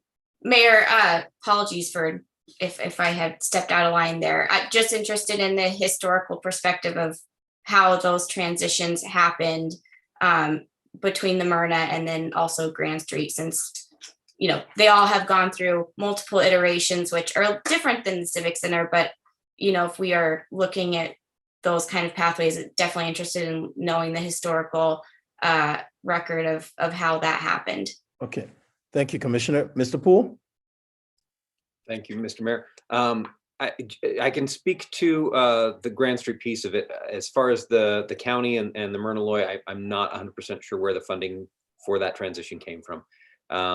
For Grand Street, when we took over, it was 1976, and it was because the new library had just been built, and this building had been the library. It had level floors, and it had a mezzanine that was going through off of the balcony level. We solicited funds immediately and were the recipient of a gift from the community of, I believe it was $70,000, where a piece of Green Meadow Ranch was sold off by the ranchers, Wib and Esther Harrer. We still have scholarships in their name. I actually was a recipient of the Wib and Esther Harrer Scholarship when I was in high school. Fabulous folks. And with that $70,000, we were able to renovate this building that had been repurposed as a library back to what it had looked like under the Unitarian construction of this as a church, to the raked auditorium, and taking out the mezzanine and a host of other upgrades. And so no, the city may have been helpful to some degree in that, but the bulk of it was done through private fundraising. Okay, that's helpful. Thank you. Thank you. Any other commissioners? Madam Manager? Thank you, Mayor. You know, the nice thing about admin meetings is that they're non-formal decision-making meetings. They're conversations where we talk about and study issues, and you give the team direction. In this one, it's really one that is as equally charged in the community as our e-bikes were. And I think part of that has to do with what this amenity represents to the community, much the same as Mount Ascension and Mount Helena have. And I understand and appreciate the level of effort that the commission has put in to this work over the last 3-4 years. And what is of most interest to me is, of course, the Arvada Center is my hometown, and I had shared it with Alan. And you know, this is a non-formal setting, so I'm going to just talk like I would at a study session where we're studying something. You know, the Arvada Center, it took them a very long time as a community to get there, and it grew. And it grew because it was a team and a community that worked together, and we all arrived at it together. What's been difficult, I think, is that, and I've often kind of used that moniker of turning back time. You know, when I got to Helena, this was one of the largest issues. And I would say anything that has to do with our trails have also been pretty significant. But I believe that the struggles of the center are a budget conversation, and they're an operations conversation. And both of those you look to the city manager to do. And I appreciate that this group was brought together to do an analysis of the kind of advisory board, but I don't believe the operations of the center were on that. And I would like, as the city manager, to provide my own summary as well from the team of what we believe. Now, I am aware that the Parks Director sent to everyone, which charged up the conversation quite a bit around what we were interested in. And I know it's really not a part of the ask of this group, but also the overall ask wasn't about operations, and it wasn't about managing, and it really doesn't ultimately solve the bigger budget problem that you have as a community at the Civic Center, and that is these larger capital project costs. And Cal, I appreciate you pointing out the distinctions between in your lease, what is covered by your organization and what we do, because those are really expensive improvements, and those are not really budgeted well. And we're going to talk a little later on the agenda about fiscal stability, and part of that is having a really good plan. We haven't had one. So I would just say to you that it's a conversation that if we're going to talk about operations, the staff need to be involved in, and we also need to be able to be given an opportunity to provide input on what that actually means. Thanks, Mayor. Thank you. That's all I got. Thank Any you. other final comments from the commission? Okay, Madam Manager, I want you to, at this time, would you put this item on a future agenda for a robust discussion community input and all of that, and decision making. Mayor, can I ask just a quick question to the city manager? I mean, we have this on our agenda today. My understanding is that staff wanted to put it as a committee update, but why not just hear from the staff, right? I don't know. I personally would appreciate hearing from Director Panozzo. I don't know that I saw other recommendations from the staff, but I don't see a problem with getting feedback now, if that would be appropriate. I don't think we've got an appropriate, fully vetted good response to this put together. I know that there's support by the team for a nonprofit that operates separately, that provides fundraising, much like Commissioner Dean has shared. But I have to tell you, that still doesn't get at the underlying issue, which is this capital expense. And this facility is a regional center. It is not the City of Helena's only. Not only is it is not the only problem of the City of Helena by far, but it is also not its only customer. And it's a regional conversation, much like Parks and Recreation. That has not been discussed. We have a variety of local amenities that are not being supported as a regional effort. And we won't be able to, in my opinion, address that underlying capital unless we really get at this regional conversation as an asset. So that wasn't on the table, that wasn't brought up, and I certainly am not ready to go because I haven't done a full analysis of what that would mean and whether or not there's even partners out there. There's a,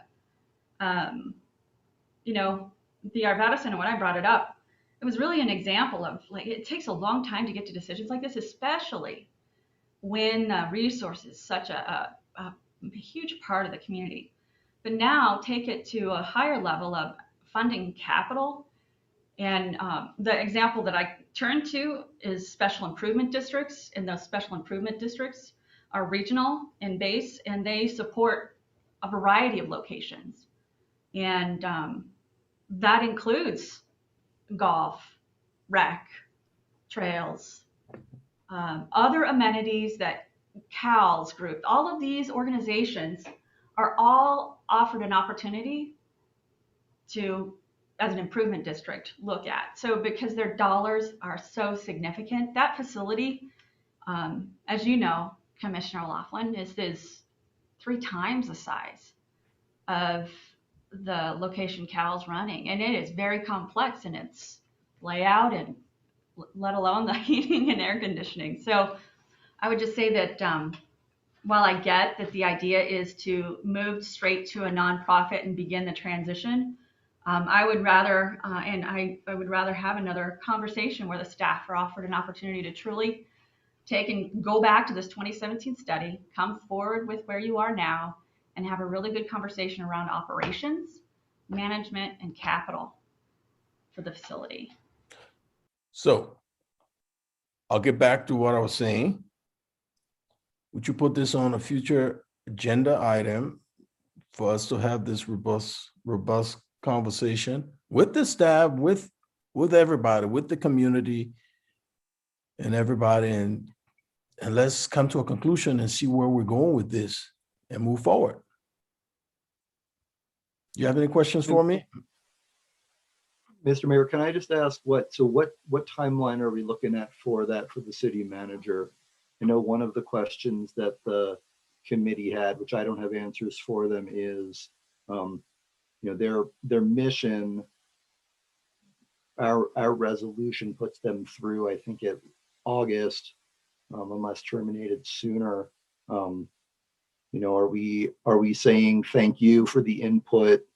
We'll call you, or are we? Are you talking about the committee? Yeah, I'm talking about the committee. No, are they giving us a recommendation? Well, that's what I'm trying to figure out is, are they doing anything between now and August? Are we taking this tonight and sort of shelving it until such time that, this is called on? I'm just trying to figure out what that timeline is for them, and what we're asking of them. in the interim? Do we want them involved in these conversations? Right, back and forth. It would seem like it would be a healthier conversation. We had staff members. I know Troy attended a lot of the committee meetings. Ms. Minozo did. It was staffed by Ms. Johnson, right? I mean, we had weigh-ins from former staff members. It would seem fruitful for any discussions the city is going to have on an internal side to, at a minimum, be talking to these guys, whether it's informally, whether we do it as a commission, whether we do them as study sessions, so that it's not some sort of situation, that we come back here in 2 months where we've got a recommendatory body making a recommendation to us, staff making a recommendation, and suddenly we have this, sort of adversarial piece where I think if there was one thing I noticed over the last 18 months with this group is that they're highly sensitive to trying to figure out what the ideal is. They're trying to figure out what the charge is, and they certainly want to engage on these points and figure out what points of concern there are. And so, how can we engage and continue to rely on these folks while we still have their charge, maybe for the city manager? That's a good question. That's a great question. Just to underscore that, Commissioner Halliday, if you're asking just for me to bring this recommendation forward and the no further analysis, that's fine. If that's what you're asking, Mayor, I just want to make sure I'm clear now. No, I'm sorry if I wasn't clear. I mean, my question was just, I know the manager said, you want to go back and have talks with staff and see what a viable recommendation and consideration and maintenance and operations and capital costs and whatnot.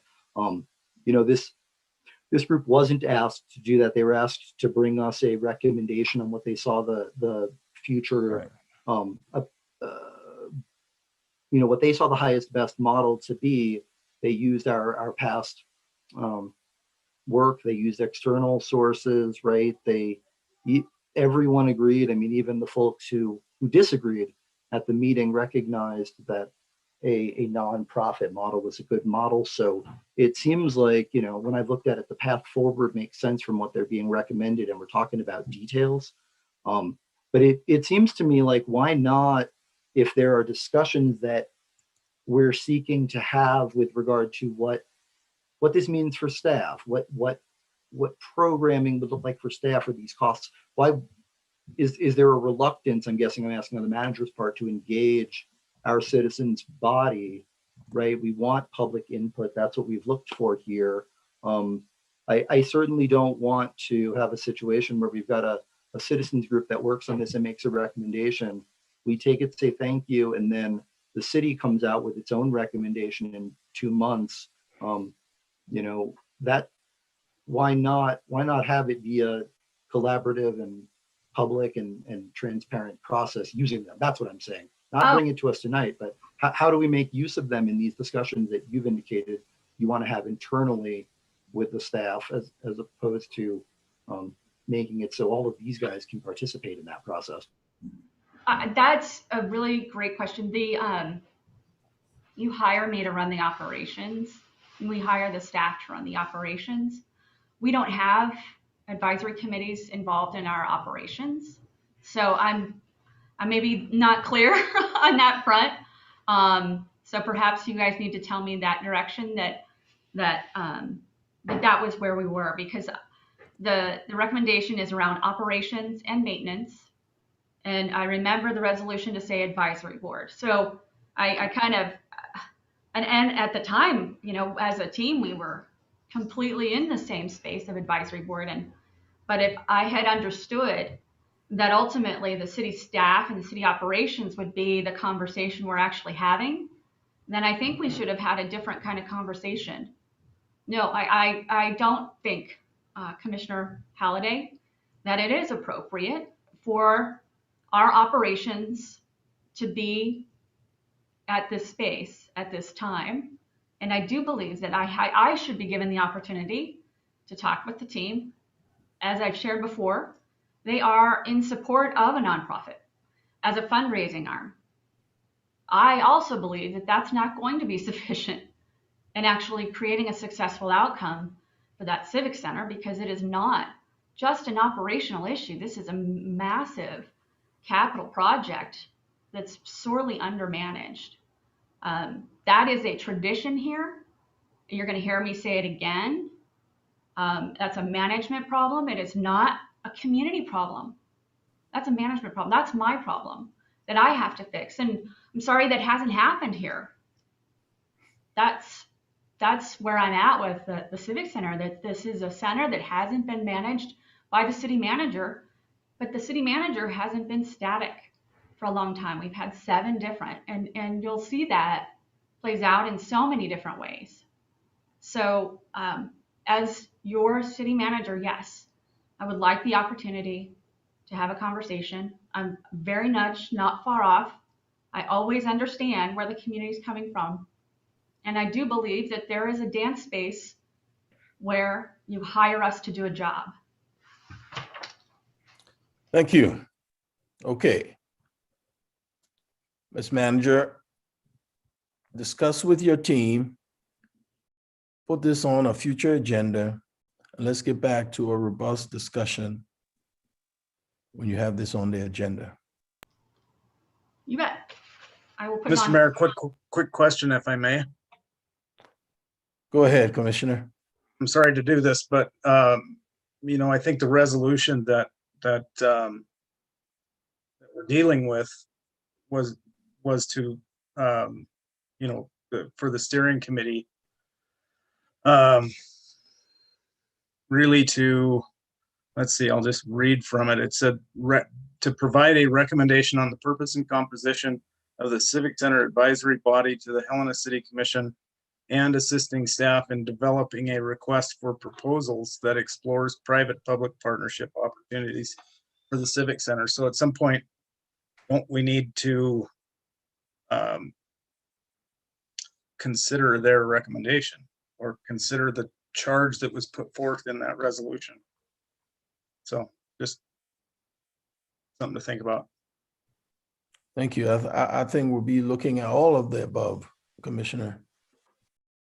I mean, I'll just add, Mr. Mayor, I agree with Commissioner Logan on this, that, you know, what we did get was a recommendation from this board, this committee, right, with regard to what a board should look like, based on what they saw as the eventual best shape of the future management of it. So I do think we need to make some sort of determination, and I do think we owe it to them to consider this recommendation. If the commission's approach is to, you know, sort of wait for that to the call of the manager, that's fine. But I do want to make sure that we are not just doing this as an exercise in public participation, and then we'll, you know, receive what the predetermined internal conclusion is at a later date. We told these guys we were going to make a decision. Thank you, Commissioner and Commissioner. And I know, Ms. Manager, do you have your charge? Yes, I'll put it on a city commission meeting so that you Okay. all will have an opportunity to make that decision. Thank you. And I know before I leave this topic, I know Mr. Scott be having his hand up. Mr. Scott? It was answered. Sorry, Mr. Mayor. Oh, okay. It was, when you were asking a question about the original study, I was a part of that. I was interviewed for about 3 days, 3 hours. Each one, it seemed, as my staff was, but I think it was answered. It was there. So that's why I was just trying to answer your question. You bet. Mayor, may I just maybe ask a question to Commissioner Logan, just on the point that he made about a recommendation has been made and the extent to which we're acting on it. Commissioner Logan, I don't know if you have any further thoughts on the timeline. Is it your impression that sort of not formally acting on, but giving some more guidance to the staff at this point would be helpful? Or I just am curious, in your mind, what would be the best path forward? I'll see what I can do here. Thanks. So in looking at the most recent resolution, which was an amendment of a December 2019 resolution, it says a temporary steering committee is established for the purposes of providing a recommendation on the purpose and composition of the Civic Center Advisory Board to the Helena City Commission, and assisting staff in developing a request for proposals that explores private-public partnership opportunities for the Civic Center, including but not limited to programming, concessions, or operations. The temporary steering committee's recommendation on the purpose and composition of the Civic Center Advisory Body is due to the Helena City Commission by April 30th, 2021, which is Friday. That's not in the resolution, sorry. The composition of the temporary steering committee is currently comprised, except that the mayor may designate a commissioner to attend the meetings in place of the mayor. The temporary steering committee will select its own leadership. So it does seem like, there is a timeline, and they are to present that recommendation to us April 30th. I guess it doesn't really bind us to what we're to do with it, but I would assume that that we are to consider that recommendation at some point. Okay, thank you, Mayor, Commissioner Logan. I mean, I think that, and my impression is that direction was to work with staff, which my understanding is that staff has been participating in the meetings and providing feedback. It sounds to me that the staff is asking for some additional time. I guess what I would say is I think this has been a very well thought out discussion, and the level of research that has been done. I think there's a lot of value of considering this type of model. And so, I would be comfortable with saying to staff, please take this recommendation and then potentially build upon it, right? Like, what are the potential concerns maybe that the staff has related to operations? What are some things that the city should keep in mind? And then what is a timeline for moving forward with the recommendations? If this body is not prepared to do that, that would be helpful to hear. But I also think that perhaps there's a way that we can provide a little bit more guidance to the staff of, we'd like you to explore this model. Let's set it on an agenda in the coming month or so to get the staff's feedback, but really build upon what we're hearing from this advisory body. Mr. Mayor. Go ahead, Commissioner. Well, so that's Commissioner O'Loughlin, if I'm hearing you correctly, that's really sort of how you see the recommendation. And I guess and I don't know that we can direct staff based on the recommendation of one commissioner. And so then do we get into right now, all of us weighing in on whether or not we proceed with this recommendation? So Mayor, I defer to you. I've already given the charge to the city manager, so that's where we're going. That's the route we're going to be taking. Thank you. The consensus, yes. I mean, Mr. Mayor? Oh, go ahead, Commissioner. I was just going to say, Mr. Mayor, I'm supportive of the direction that you've given, having the staff come back to us. I know, we've admin meetings, as we know, are not where we are making decisions, but receiving presentations and facilitating discussion where it's appropriate. But I fully support your direction to have the staff come back to us at a later date on this topic. Thank you, so, Commissioner. Mr. Mayor, I mean, I will say, we tinker around with what admin meetings we say are for or not for, right? If you're going to have direction or information come back to the body at a later date, you want to try to have it informed by something. right? I mean, I appreciate what Commissioner O'Loughlin was articulating in the sense of if there's an indication that this commission is at least interested in what this body has recommended, right? I'm interested in it. It's been recommended by our external consultants. It's been recommended by this group. It was even the suggestion ultimately by those who opposed it, just in a lighter form. It's the recommendation that was at least emailed to this steering committee. Then at a minimum, we should make let staff know that there's interest in understanding what this would look like in terms of what concerns are there, how would it work in those discussion pieces, rather than just saying come back with a recommendation that basically this is the last time we talk about this, right? Because that's a little bit of the concern. We can certainly say we want to hear certain kinds of information, right? I'd love to hear what it is that gives so much pause to a very general broad-based approach or recommendation approach. And I would hope that we're going to hear that from the staff presentation where there can be actual discussion.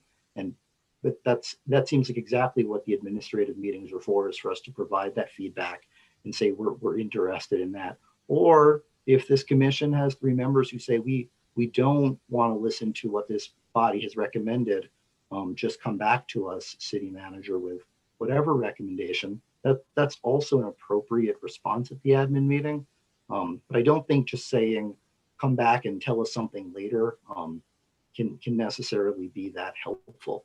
I think we want to discuss it in a context that moves us forward on this policy discussion.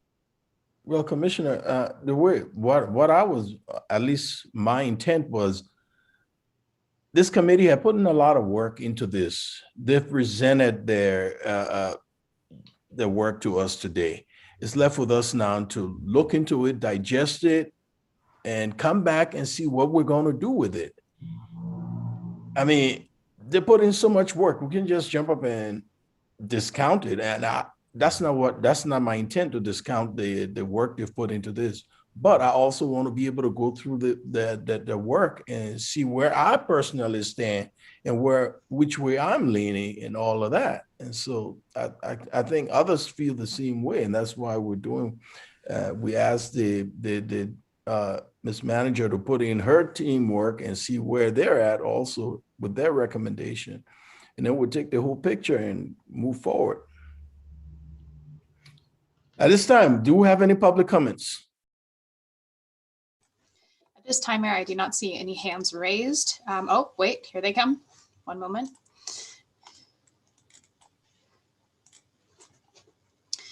I have Dennison Rivera.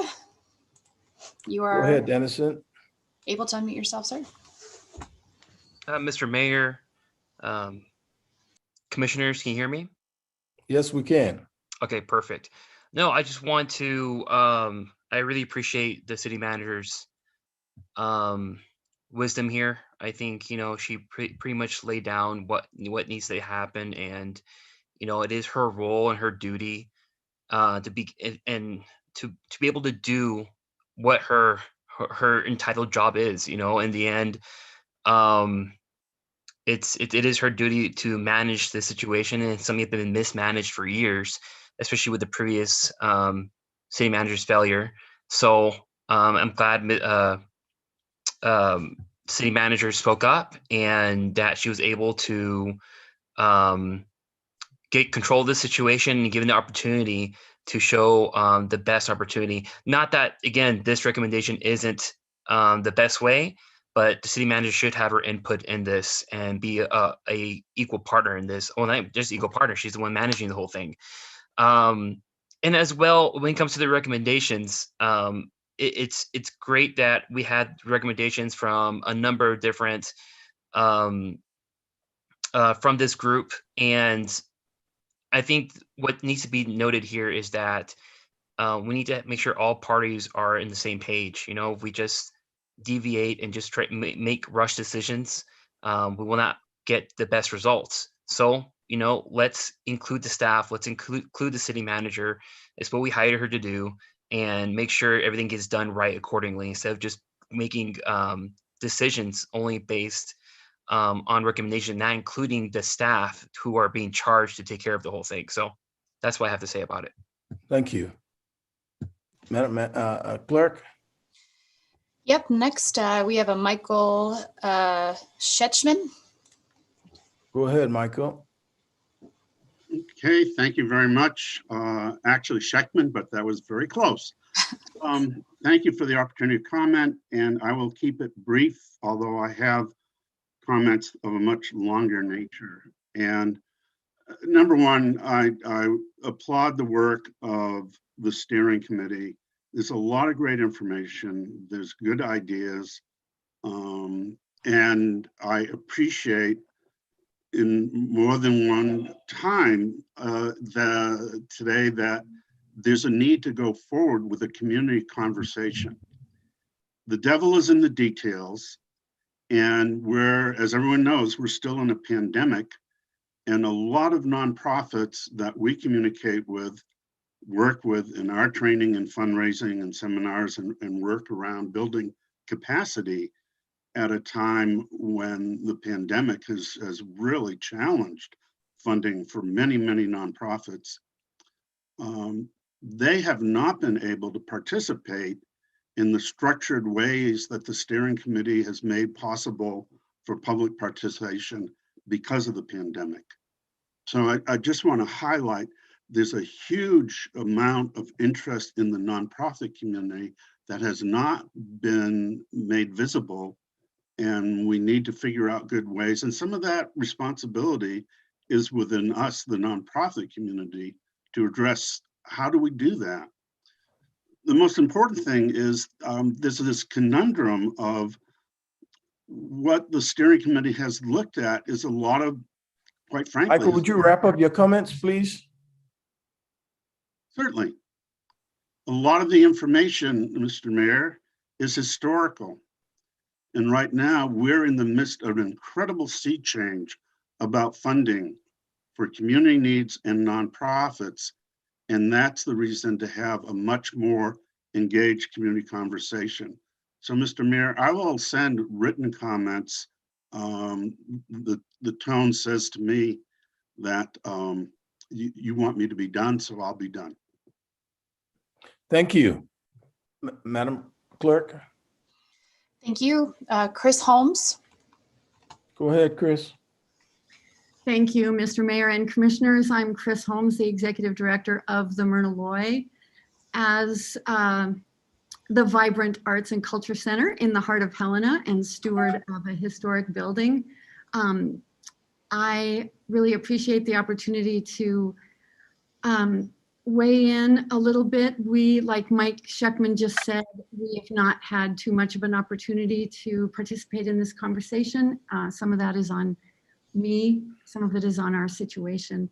I really appreciate what the city manager said about there is an operational and a programming aspect to this, and then there is a capital aspect to this.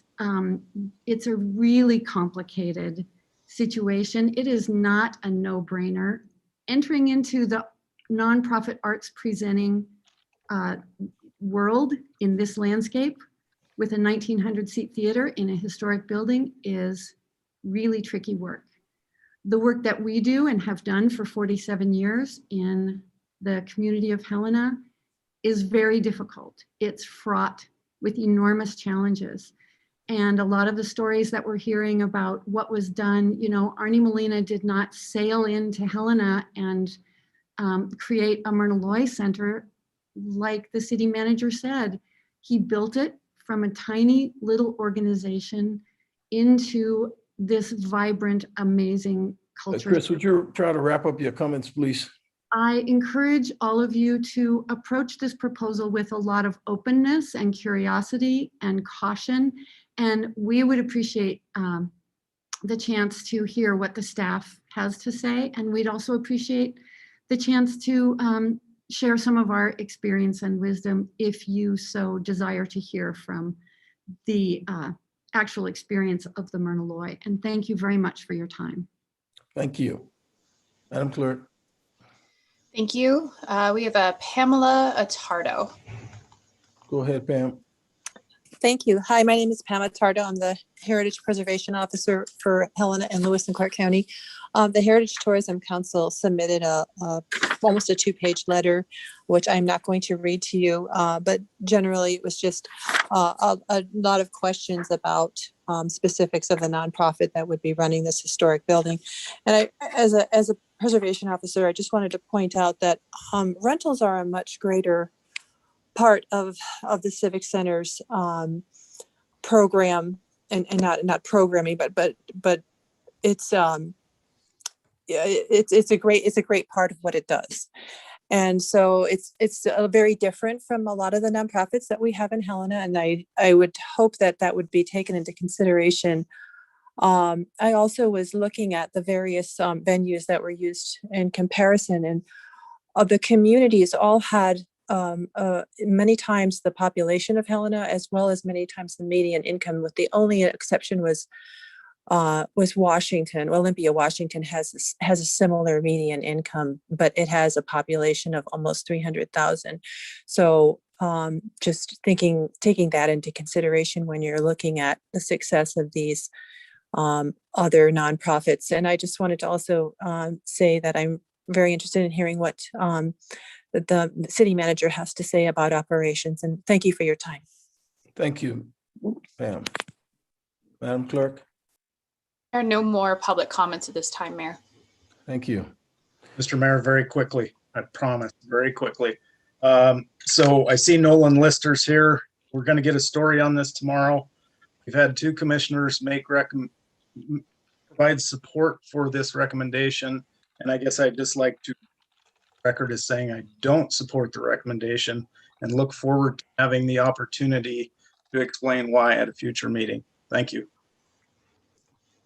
Okay, thanks, Commissioner.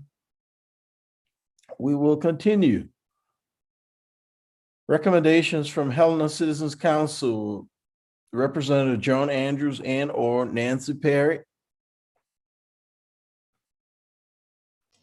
I have given Nancy Perry permission to speak. Go ahead, Nancy. Go ahead, Nancy. All right, Mr. Mayor and the commissioners, I want to talk to you today about the work HCC is doing on our report on the budget. The budget committee approached our job of analyzing the budget one department at a time. I mentioned to you the last time I spoke to you that individual members of the HCC volunteered to research a specific department to discover the issues about that department that we should be apprised of. And that has gone really well.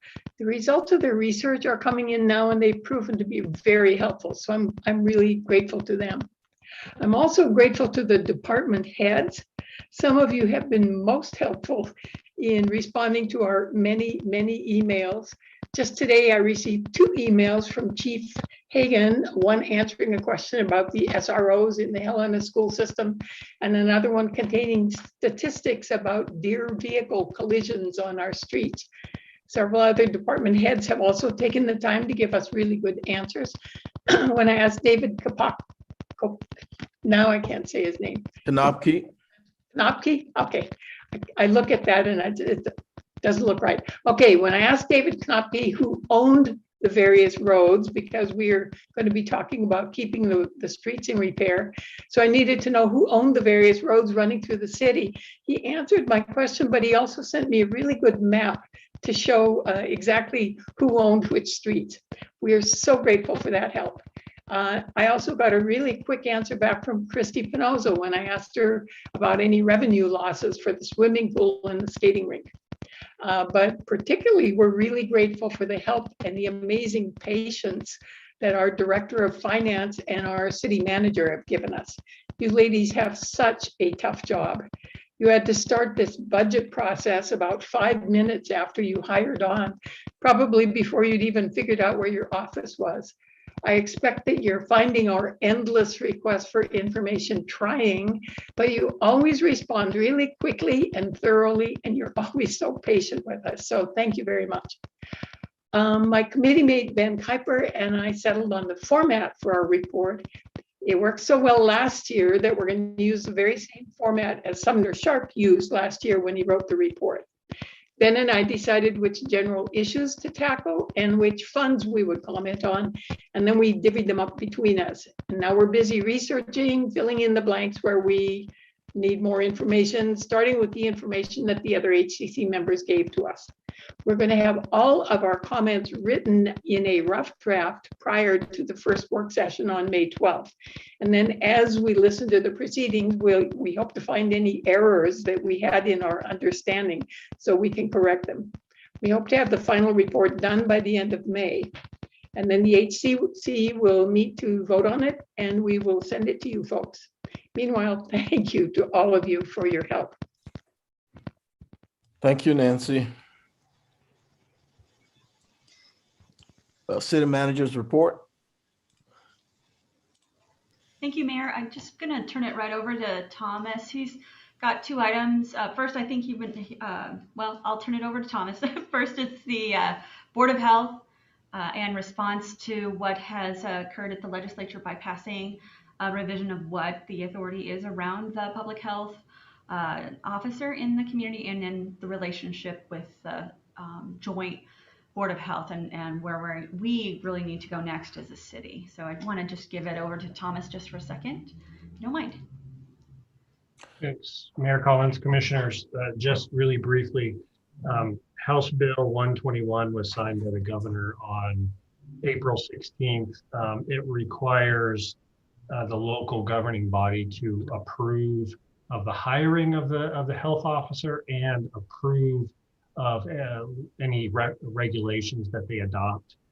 It's my view, and I think the county attorney's office shares the same opinion, that any current regulations adopted by the Board of Health are still good. House Bill 121 doesn't speak to repealing or requiring existing regulations to go through that process.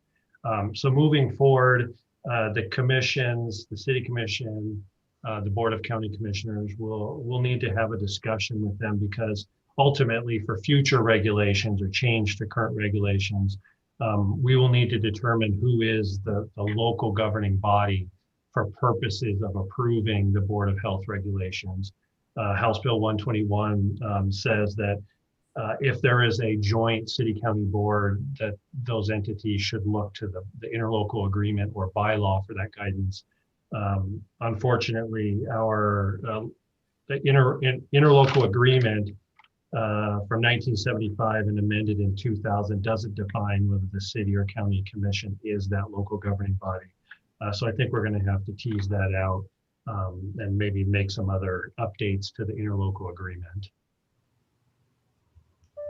I can answer any questions on that. Comments or questions from the commission? Mr. Mayor, just one quick question. Go ahead, Commissioner. Will that come to, say, a future city county joint meeting, or do you expect that just to come back to a normal city commission meeting after you've had discussions with the county? Mayor Collins, Commissioner Dean, I'd defer to Rachel. I have not put that amount of thought into it yet. I know that we are meeting, staff is meeting with county staff when the legislature is over, because there is still another bill pending that would drastically change even what House Bill 121 would do, and it's before the governor now. So we want to wait for the legislature to finish and the governor's chance to sign their veto bills to finish, so we're not duplicating work. Great, thank you. Mr. Mayor, for the city Go ahead. attorney,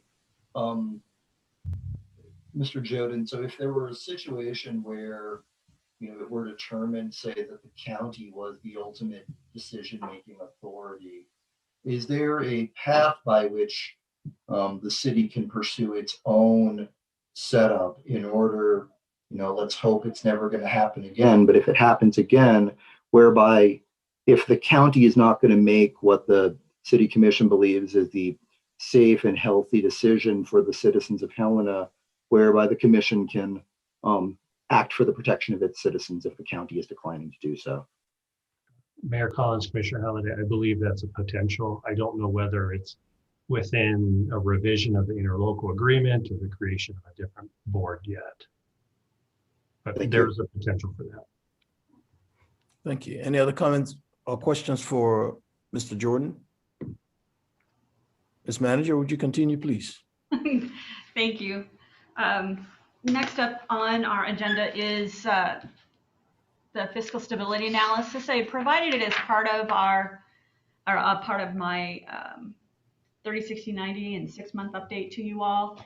And as an info only, Commissioner Dean and others of you had requested more conversation around it and then more analysis around it. And so that is what this item actually does, is get into more detail around the fiscal stability. And as I share in my note and my summary to you all, I don't believe fiscal stability is just about money. And that is informed over 20 years of work, and most recently in relationship to the those communities in disasters in particular. And the reason I put it in that way is that those communities that have disasters, if they are not fiscally stable, they are the ones that have the most difficulty recovering. And that means that there has to be some implementation of a strategy that makes them at least fiscally stable. And outwardly, you would not believe that that is the case of Helena being unstable, because it has money. And I know there's been conversations around the general fund being negative and capital projects not being budgeted and rates, even the book of fees. All of those are really representative of a couple of key issues that, while you wouldn't know it, are really built and baked into this fiscal stability analysis. The first is some financial policies. This year we had Sheila and I who are trying to get through this, as Nancy pointed out, right out the chute, trying to get the audit done, and then next get the budget put together. And there are no practices documented, and our systems are out of date, as you well know, but those budget policies is missing. So that's something that you will be seeing in the future. We do not have a capital improvement policy or a plan. They're two different parts. So the policy establishes the kinds of expectations of capital improvement that you all have. And then the second part is the actual plan, which is built and baked into the budget. And it is far more than 1 year at a time. Expenditure policy is also part of that, investment policy, reserve policy, and revenue policy. Now, if you were to look at the Government Finance Officer Association's list of like best practices, minimum expectation, this is what those are. These aren't better than, these aren't highest performing organizations. These are basic policies that we need to have in place. Right now, we do pass the Montana annotated code for what is the expectation, but there are no specific policies. Statewide requirements we're in compliance with. We do have management staff, but what I point out in my note to you all is that that management staff has been unstable. And when you have 7, it's really difficult for the team to gain direction. They work for the manager, and the manager works for you all. And that direction from the manager is vital to ensuring implementation happens. And so you have those positions, but now we're gonna create some stability, and that's what Sheila and I are anticipating doing with you all. And then last, operations and planning. When we had a loss of staff in the finance team, we lost the method of the audit, and that is the simplest expression of that operations and planning gap that the city has had. And just with these targeted operations and planning methods, just getting those in place will take 2 to 3 years. Now, I say 2 to 3 years because adopting policy, if it's not done in a method that actually results in buy-in, it's not followed and it is not maintained, and it goes on a shelf.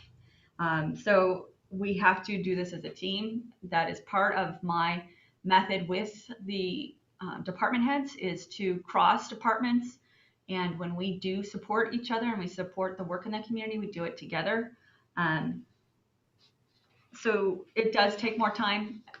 That, though, is an outcome that is solid that we can work towards. And you have now an inventory of the things that we'll be doing over the next several years. So that sets the basics, the base level.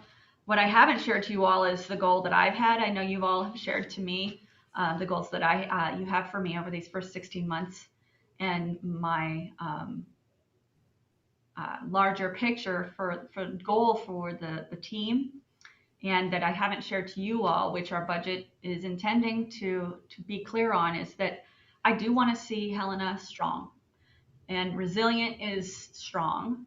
We're not able to get to resilient. We're just talking about base stable at this point. So I attached to the documents tonight, to this item, the resiliency framework that was developed in Colorado and recently updated by my team there, at the time my team there, in 2020. And it is a method for creating a larger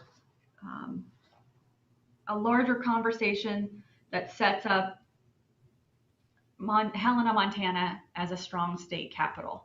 And I say strong state capital, that is my goal, a strong state capital, not a strong city among 7 top population cities.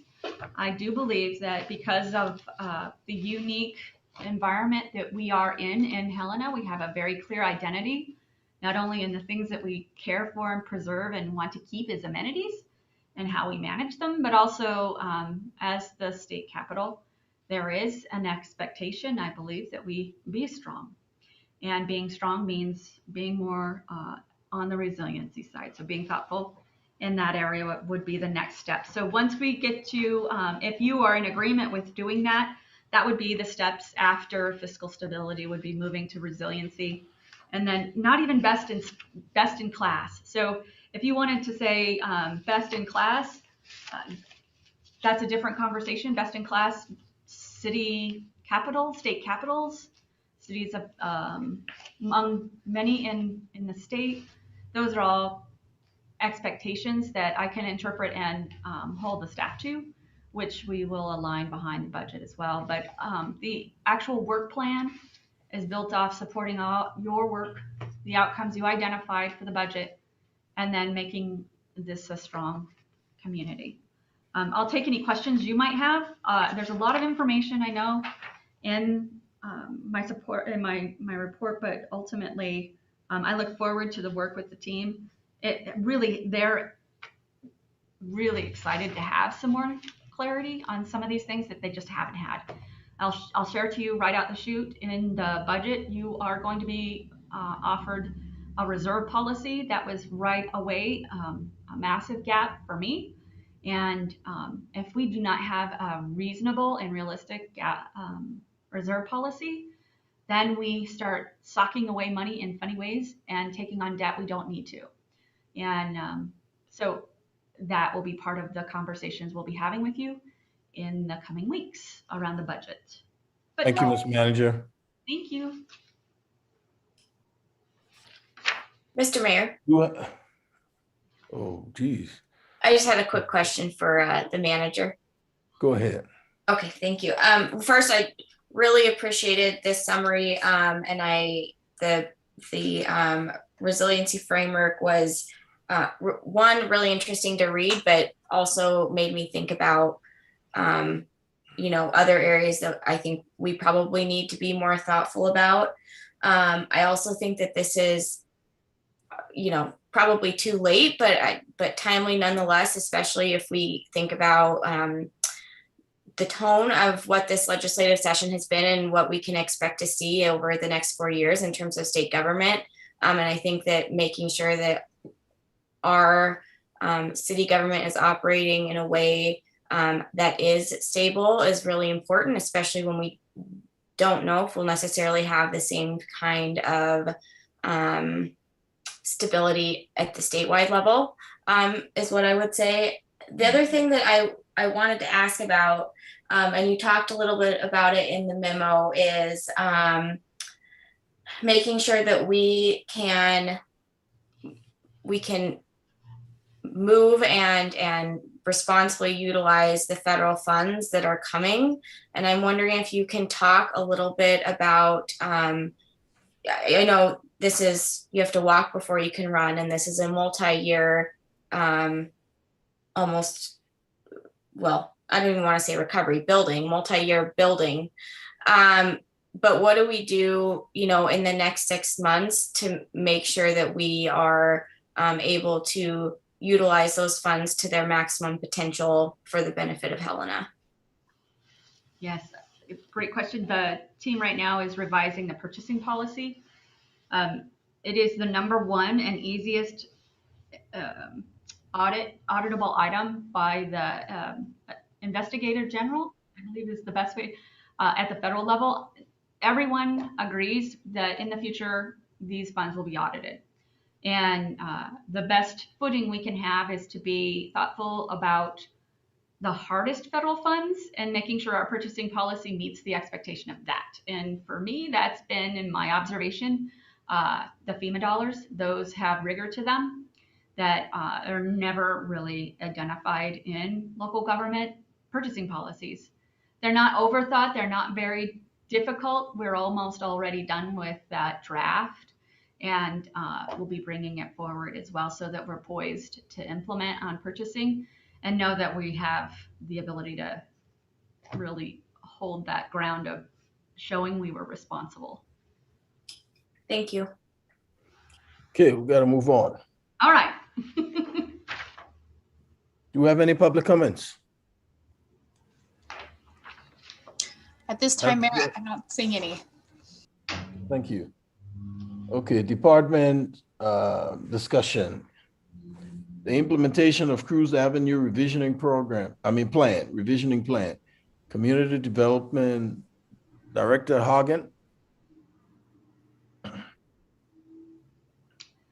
Mayor, I just wanted to note we skipped over the federal funding recommendation, the spending on that dollar. So, oh, geez. Okay. Move it to the next. I can move it to another agenda if you're wanting to. But no, and quite frankly, I thought that's what you and yeah. Commissioner Dean were talking about when she brought it up. I thought that she was answering that. Anyway, we can, yes, let's move it along. We can put it on to another agenda item. Okay, I'll move it to another agenda and move us to the cruise visioning. Director Hagen? Is she here? She is. I think you're muted, Sharon.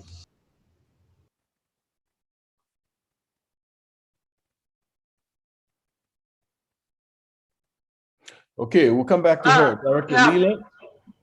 Oh, there she is. Where is she? Here I am, Mr. Mayor. Okay, go ahead. Okay. Mr. Mayor, what I'm here today is kind of update you on the progress we're making on the cruise visioning project. We are in the process of doing two or three things that will directly affect the project, and we just wanted to let the commission know where it is and seek any additional direction. The first item is trying to address the infrastructure needs. The city staff has let an RFQ in which all the responses are due today, and the purpose of that RFQ is to hire a professional land surveyor and engineers that will be responsible for doing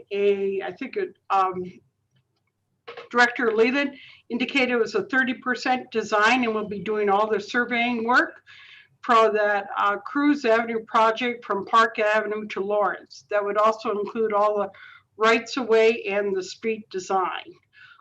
When the study will run its course, once that study is done, we will have a better sense of the costs associated with the infrastructure and the path moving forward on the correct way to move forward with that infrastructure. The second avenue, the City Commission has talked, and we have brought to the City Commission a list of tracts of land for potential sale.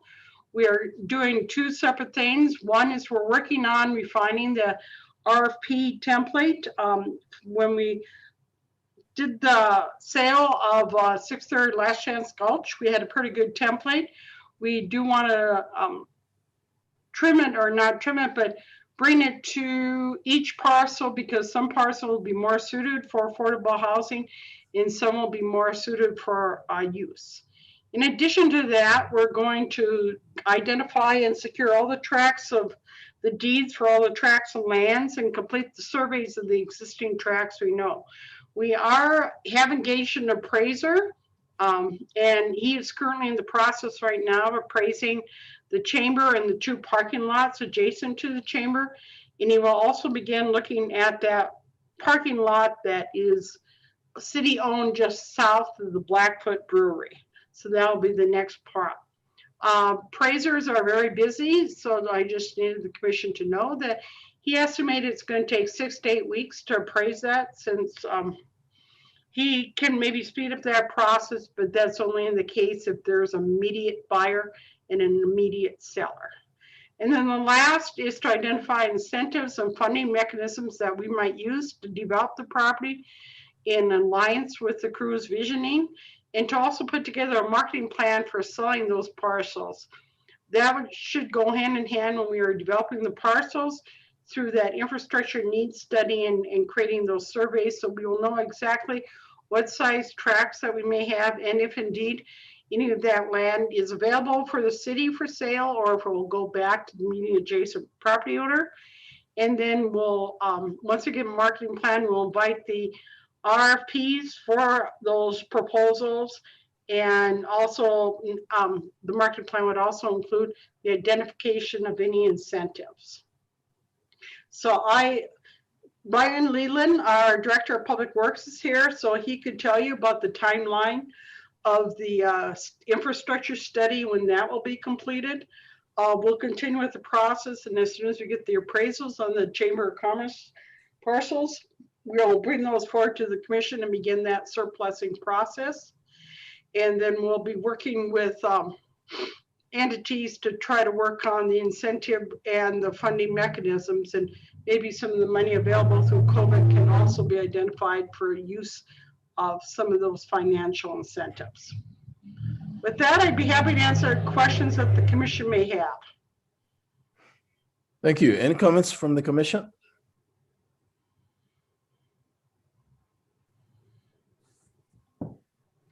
Do we have any public comments on this? No, we do not, Mr. Mayor. Okay.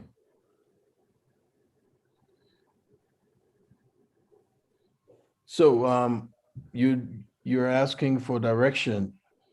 If there's any additional steps that, Mr. Mayor, commissioners, if there's any additional steps that you would like to see, or if there's any additional thoughts in terms of what parcels you would like to see have disposed sooner rather than later. Comments from the commission? Apparently not. Well, Director you know where Leland? to find us, yeah.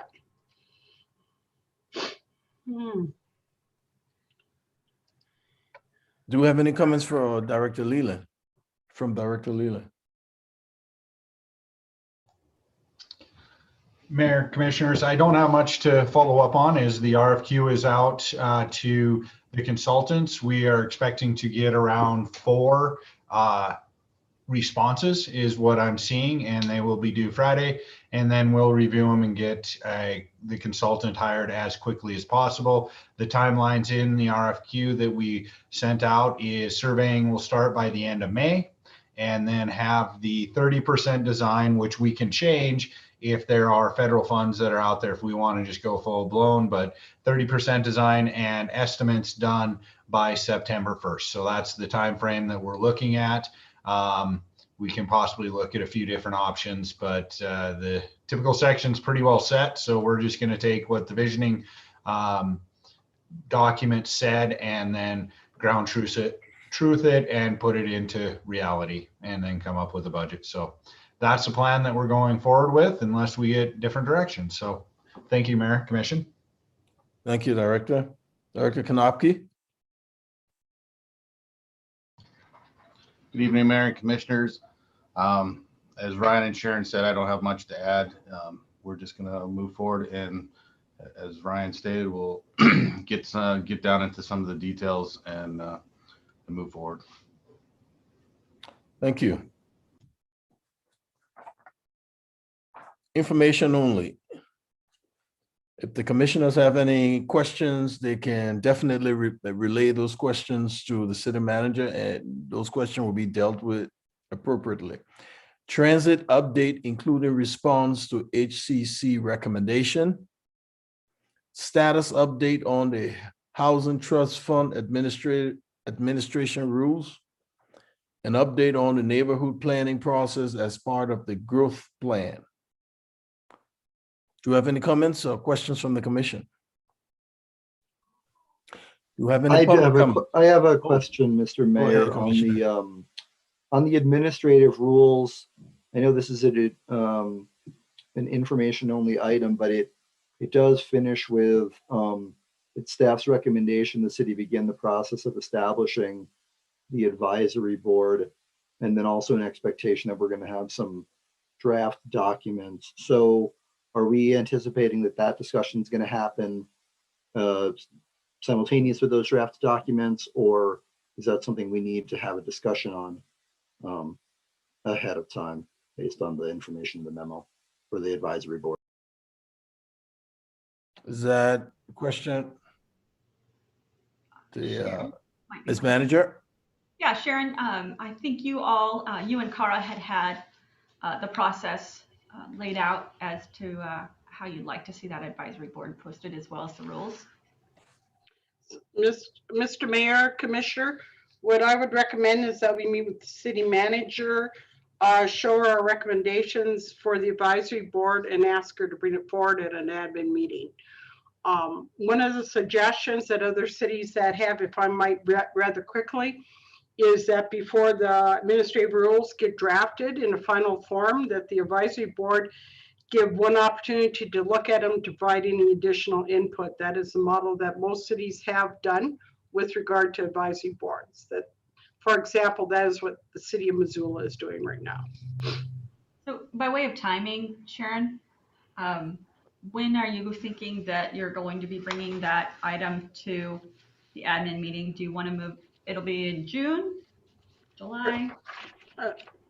Mr. Mayor, Commissioners, we are hoping to have the admin, a good draft of the admin manual done by July. We contracted with a consultant just this afternoon to assist us in making sure that process could be done in as timely manner as possible. And he has a lot of experience in housing. So, and it is number one priority, the housing coordinator at this time. So we are going to continue to move forward with that as quickly as we can. Okay, thank you. Do we have any public comments on the above?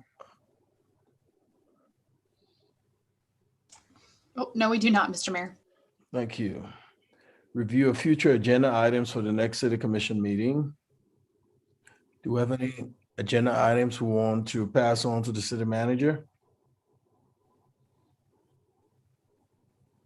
Okay. At this time, is there anybody from the public wishes to address the commission? Do we have any raised hands? We do Madam Clerk? not. We do not, Mr. Mayor. Okay, we'll give them another 45 seconds.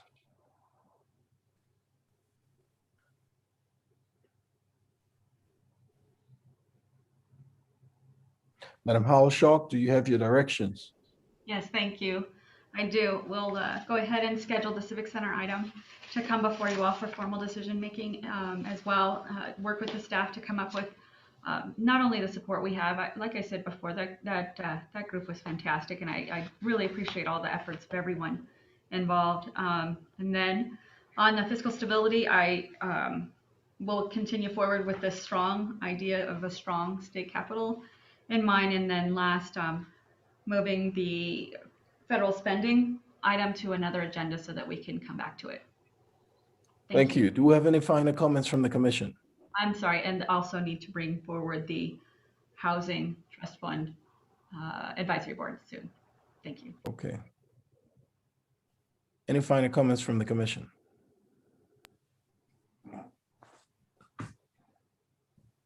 If not, this meeting is adjourned.